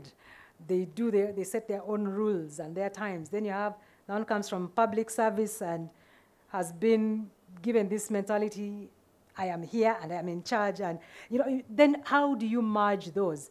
The board needs to set the tone, because they know what they're looking for. So that's why I'm saying there isn't a one-size-fits-all, but the matrix needs to be very clear, set by the board. The boundaries need to be very clear, set by the board. I hope I've answered the question. Thank you. Thank you so much, Lynda. It's 5 o'clock, but I'm going to request you give us 10 minutes so that we can wind this up. Our last question of the day will be to Dr. Hatwib. from one of our online attendants, and the question is, the phrase "a company's biggest asset is its people" has long been used as a cornerstone of the organizational thinking. Will this be so also in the future? With the digital transformation or the technological change, the biggest worry is that people now are going to be redundant, or technology is coming over to take over the job, the tasks that people were performing. And we have seen that over the years, over the different industrial revolutions, with the printing press, with automation, the age of data, and now the age of artificial intelligence. People always will be there at the forefront of the organization. You cannot take out that you cannot take them out of the equation. However, they must, and just as the previous panelists said, they must adapt to the different changes over the different phases. Always, people will be at the cornerstone. For those that don't adapt, and we have a couple of examples. I don't know if any of us remember BlackBerry, where it was the latest technology, and they insisted, no, this technology is going to stay. People want to feel the touch of the buttons, but in just it was, I believe it was even less than a year. There were no more. Skype, yes, Kodak that had that opportunity of being the first in the market, insisted, no, people want to have that film, that experience. Yes, it's a good experience, but technology is here to disrupt the sectors, so we must change. And it's not the machines that are going to make the decision, it's the people. We're moving into or trying to creep into the age of where machines are what's the right term to the self-realizing, but we can never take out people out of that equation. They have done a couple of simulations. One is of where the self-driving vehicle has to make a decision on when maybe there's an accident. It's prone to, maybe there's the failure within the vehicle and there's going to be an accident. What decision will it make? It's the person that makes that decision. Ethics is also an area that will not be replaced. How do you engineer ethics? How do you engineer that innate factor that makes you a human? No one, I would not, I probably will get there, but for now, no one will replace people. We just need to be alive to what is happening and adopt to it. Those who don't adopt or adapt and move with the change will vanish. Thank you very much. Thank you so much, Dr. Hatwib, for that. I really am grateful. I know I have learned so much from today's discussion. I trust that we've all learned a thing or two or 10,000 from today. And at this point, I would like to ask our panelists just to give us a few words to close us off, your last remarks, a nugget we can go home with that we can pass on and preach to our colleagues and friends who haven't been able to attend today's session. I'll begin with you, Alfred, then Lynda. Thank you. Mine will be just two closing words. We normally say on boards we need to be willing, able, and available. Mine is a call for those of us who are here and online and serving on boards, especially to be available. And by availability, I'm not saying to come for the meetings, no, but to be present in the meeting, to bring your mind to the meeting, to spend time reviewing those papers before the meeting and researching before you come to that meeting, because you have been trusted and you are there for just a while. You will not always be there. Bring your value, bring your best to the room so that when you leave that room, and that time will come, and you will leave the room, that you will leave a legacy in that place. That's one. And then two, I alluded to earlier on, was about the anti-fragile. Let's embrace the uncertainty and the volatilities and all that it brings. Let's even train ourselves to have some of those in place. By the way, you can even do this at home. And just train your body. When you fast, you're training your body. Yeah, you're stressing it, but you come out better, healthy-wise. So building anti-fragile systems, be it in our bodies, be it financial, be it what would happen. Some people are scared, for example, of what happens if I lose my job. Get to a month and say, okay, this month I receive my salary and I will not use it. Let's see if I die the next month. You're building your system, you know, and things like that. Just train. You say, okay, today we won't have water on the whole day. We'll tie the tap on top and see how we go through that day. It's just training. Not getting solutions for the future, but training yourself to be anti-fragile so that when these things come, when they present themselves, we are not all breaking and fragile. So it's about anti-fragility that I want to leave to us. Thank you. Thank you, Alfred. Lynda, a second before you go on, I just wanted to mention that one of our panelists, or rather partners, will be closing off our session today. So once Dr. Hatwib has given his 2 cents, I'll ask Rachel to come in and close our session. Thank you. Thanks, Annabel. I think I also have 2. 1 minute, yes. The first thing that comes to mind after the conversation and the subject matter that we've been going through this afternoon is just to remind ourselves, as leaders, as board members especially, the boardroom is no longer the fortress that it used to be. The boardroom is actually what they call a glass room. It's literally see-through. We are being watched, we are being heard, we are being listened to, we are being seen by your own people at home, by your employers and employees, by your regulators, by the communities where we work, by the contractors, by the investors. Everybody is interested. So whatever we're doing, we need to keep that at the back of our minds. It is a glass room. We cannot tint it. Everybody has access. That's how far things have changed. The other one I wanted to talk about real quick is back to the question with regard to the females in the room. So the females that want to get onto the boards and don't think there's any headway.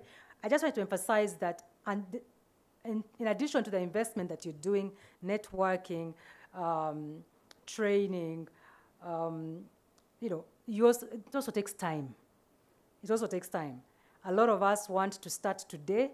My plan 2025, I have to be on a board. I have never done any course. I have not engaged anybody. I don't even know people who are in these spaces. I've not asked them what it takes. Rain or shine, I have to be on a board 2025. Good luck to you, because it is a journey. You're going to apply. You're going to be interviewed. You're going to be approached, head-hunted, and engaged. I want to encourage you. It takes time, a lot of time. While you're gathering, we call investment, the gathering time, gathering years. In another program I'm involved in, Rachel, Girls for Girls. That is the time. We need to use that time. But at the back of your mind, it takes time, and don't lose heart. Thank you.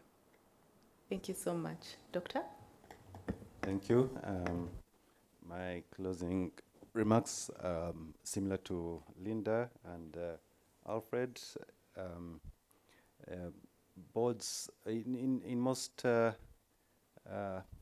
say appointments, the boards are, it's quite I would say, a very exclusive or closed door exercise. And the biggest challenge here is when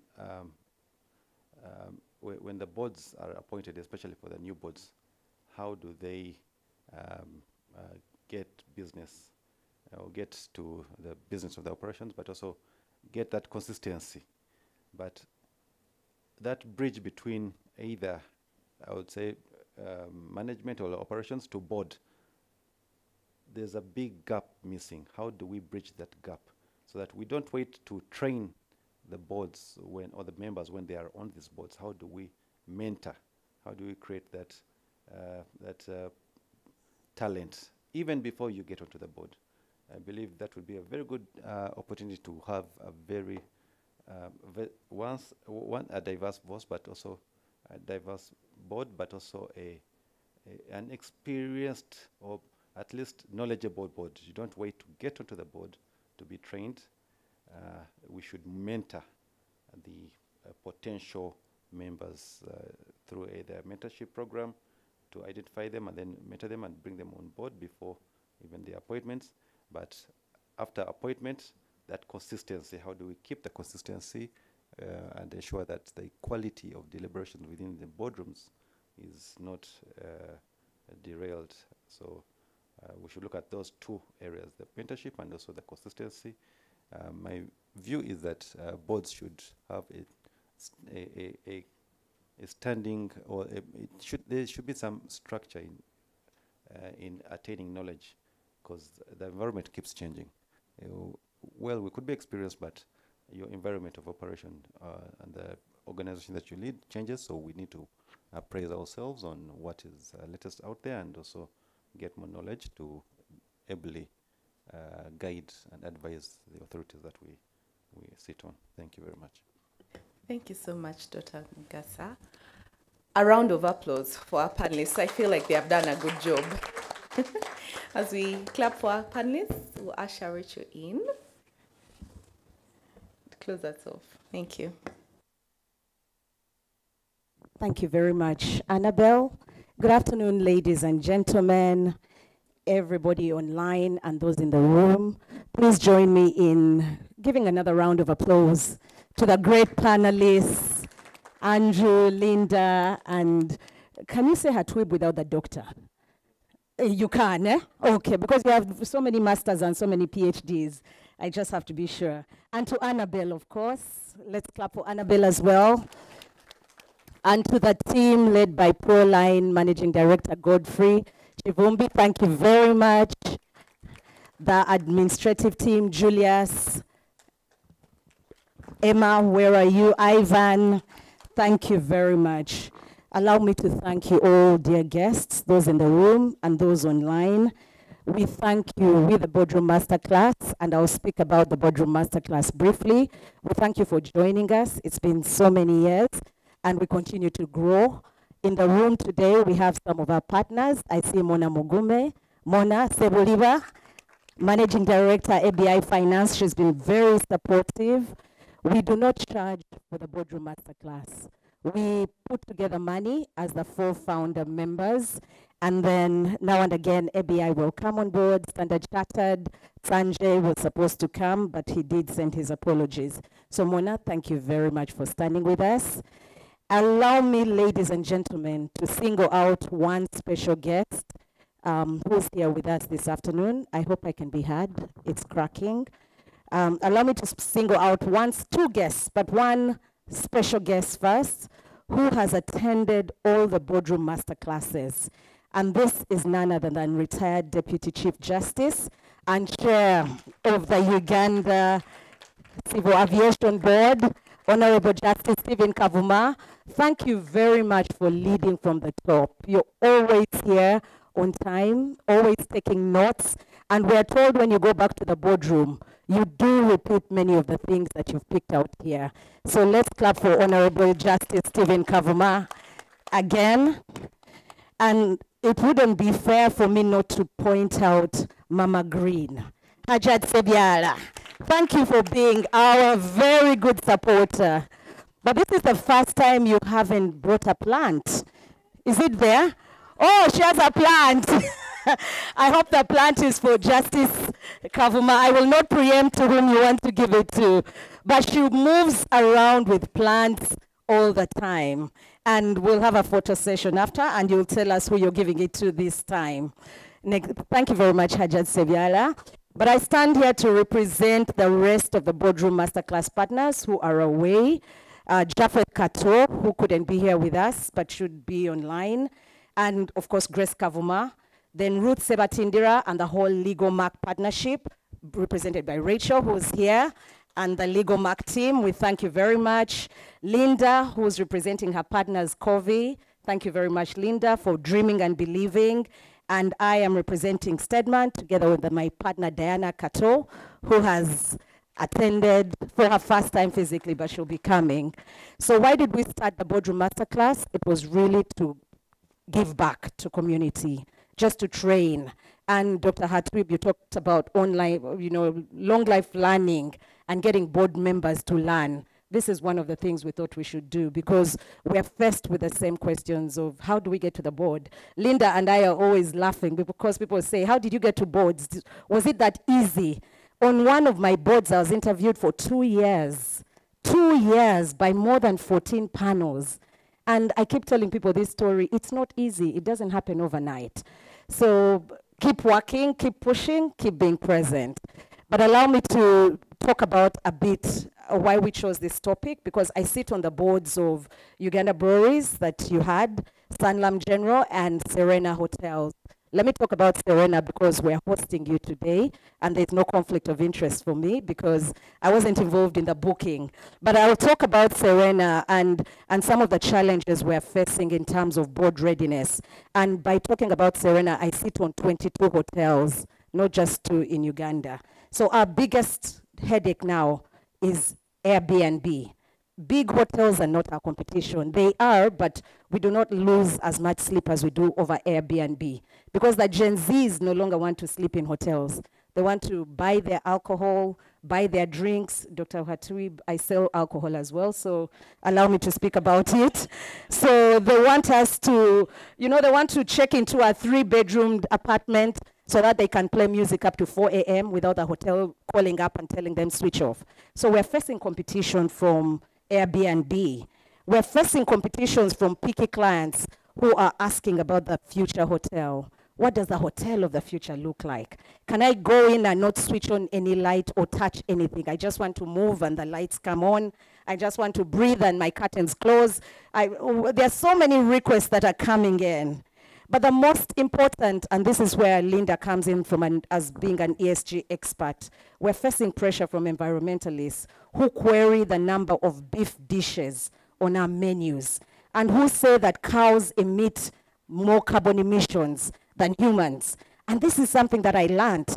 So as a board member, I had to remove my breweries hat, insurance hat, and I wore an ESG hat and said, now every menu we put, we have to show that, there are just 2 beef menus and the emissions that have been emitted in some countries. We have to get down to that detail. That is keeping the board awake. And the list goes on and on. So we thought that this was really a topical issue that we needed to acquit ourselves with as board members. So as I close, I call upon all the board members in the room and those online to mentor and groom the board members of the future. We must send the elevators down. We've been lucky, we sit on boards, but how many of us are training others? And to all the aspiring board members, especially the ladies like Lynda has said, and the gentlemen, please put your hand up. Please show up. I have told you that Justice Kavuma is here. If you walk out of here without going to him, introducing yourself, putting your card out, telling him you want to have a cup of tea with him, then you've lost a golden opportunity. Be present, be coachable, and please add value when you get that seat on the table. We're struggling with board members who fight for board seats. The moment they get the seat on the table, that is it. Andrew alluded to it. What value are you bringing to the table? I thank you very much. And because Lynda and Dr. Hatwib are government officials, I will add for God and my country. Thank you. I'll hand back to Annabel on the housekeeping, or to Emma. I think we have tea and coffee provided by Serena, but paid for by the Boardroom Masterclass. I must put a disclaimer. Thank you very much for coming. Julius, any housekeeping issues on the next Masterclass? No. there are no housekeeping issues on the next masterclass. We shall publish that. We have all your emails, and the next date will be communicated. But in the moment, we can all come here and take a group photo. But then afterwards, there is some networking, and there is also tea outside. Please don't leave us with the tea. It's all for you. Yes. Hajat Green, Mama Green, is going to gift one lucky person. Yes, so let's wait for that. Good afternoon, ladies and gentlemen. Good afternoon. I think what Rachel did not know about me is because of this greening, because of the Boardroom Masterclass, I've just been appointed a board member of NEMA.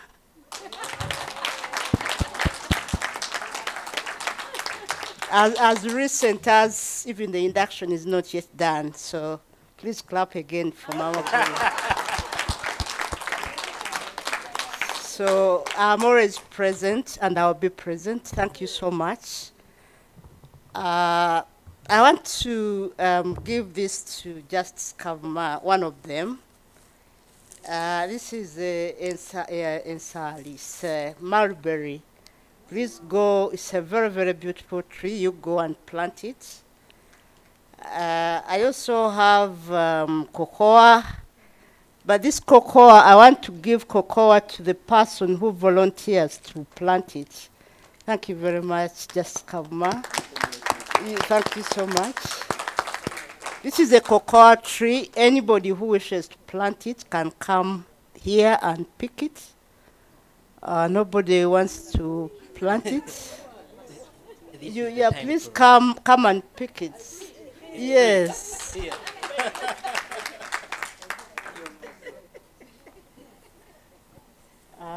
Now look at my girl. You stand here and please plant this cocoa, plant so many other cocoas. Maybe one day you'll join me on the board of NEMA. Thank you.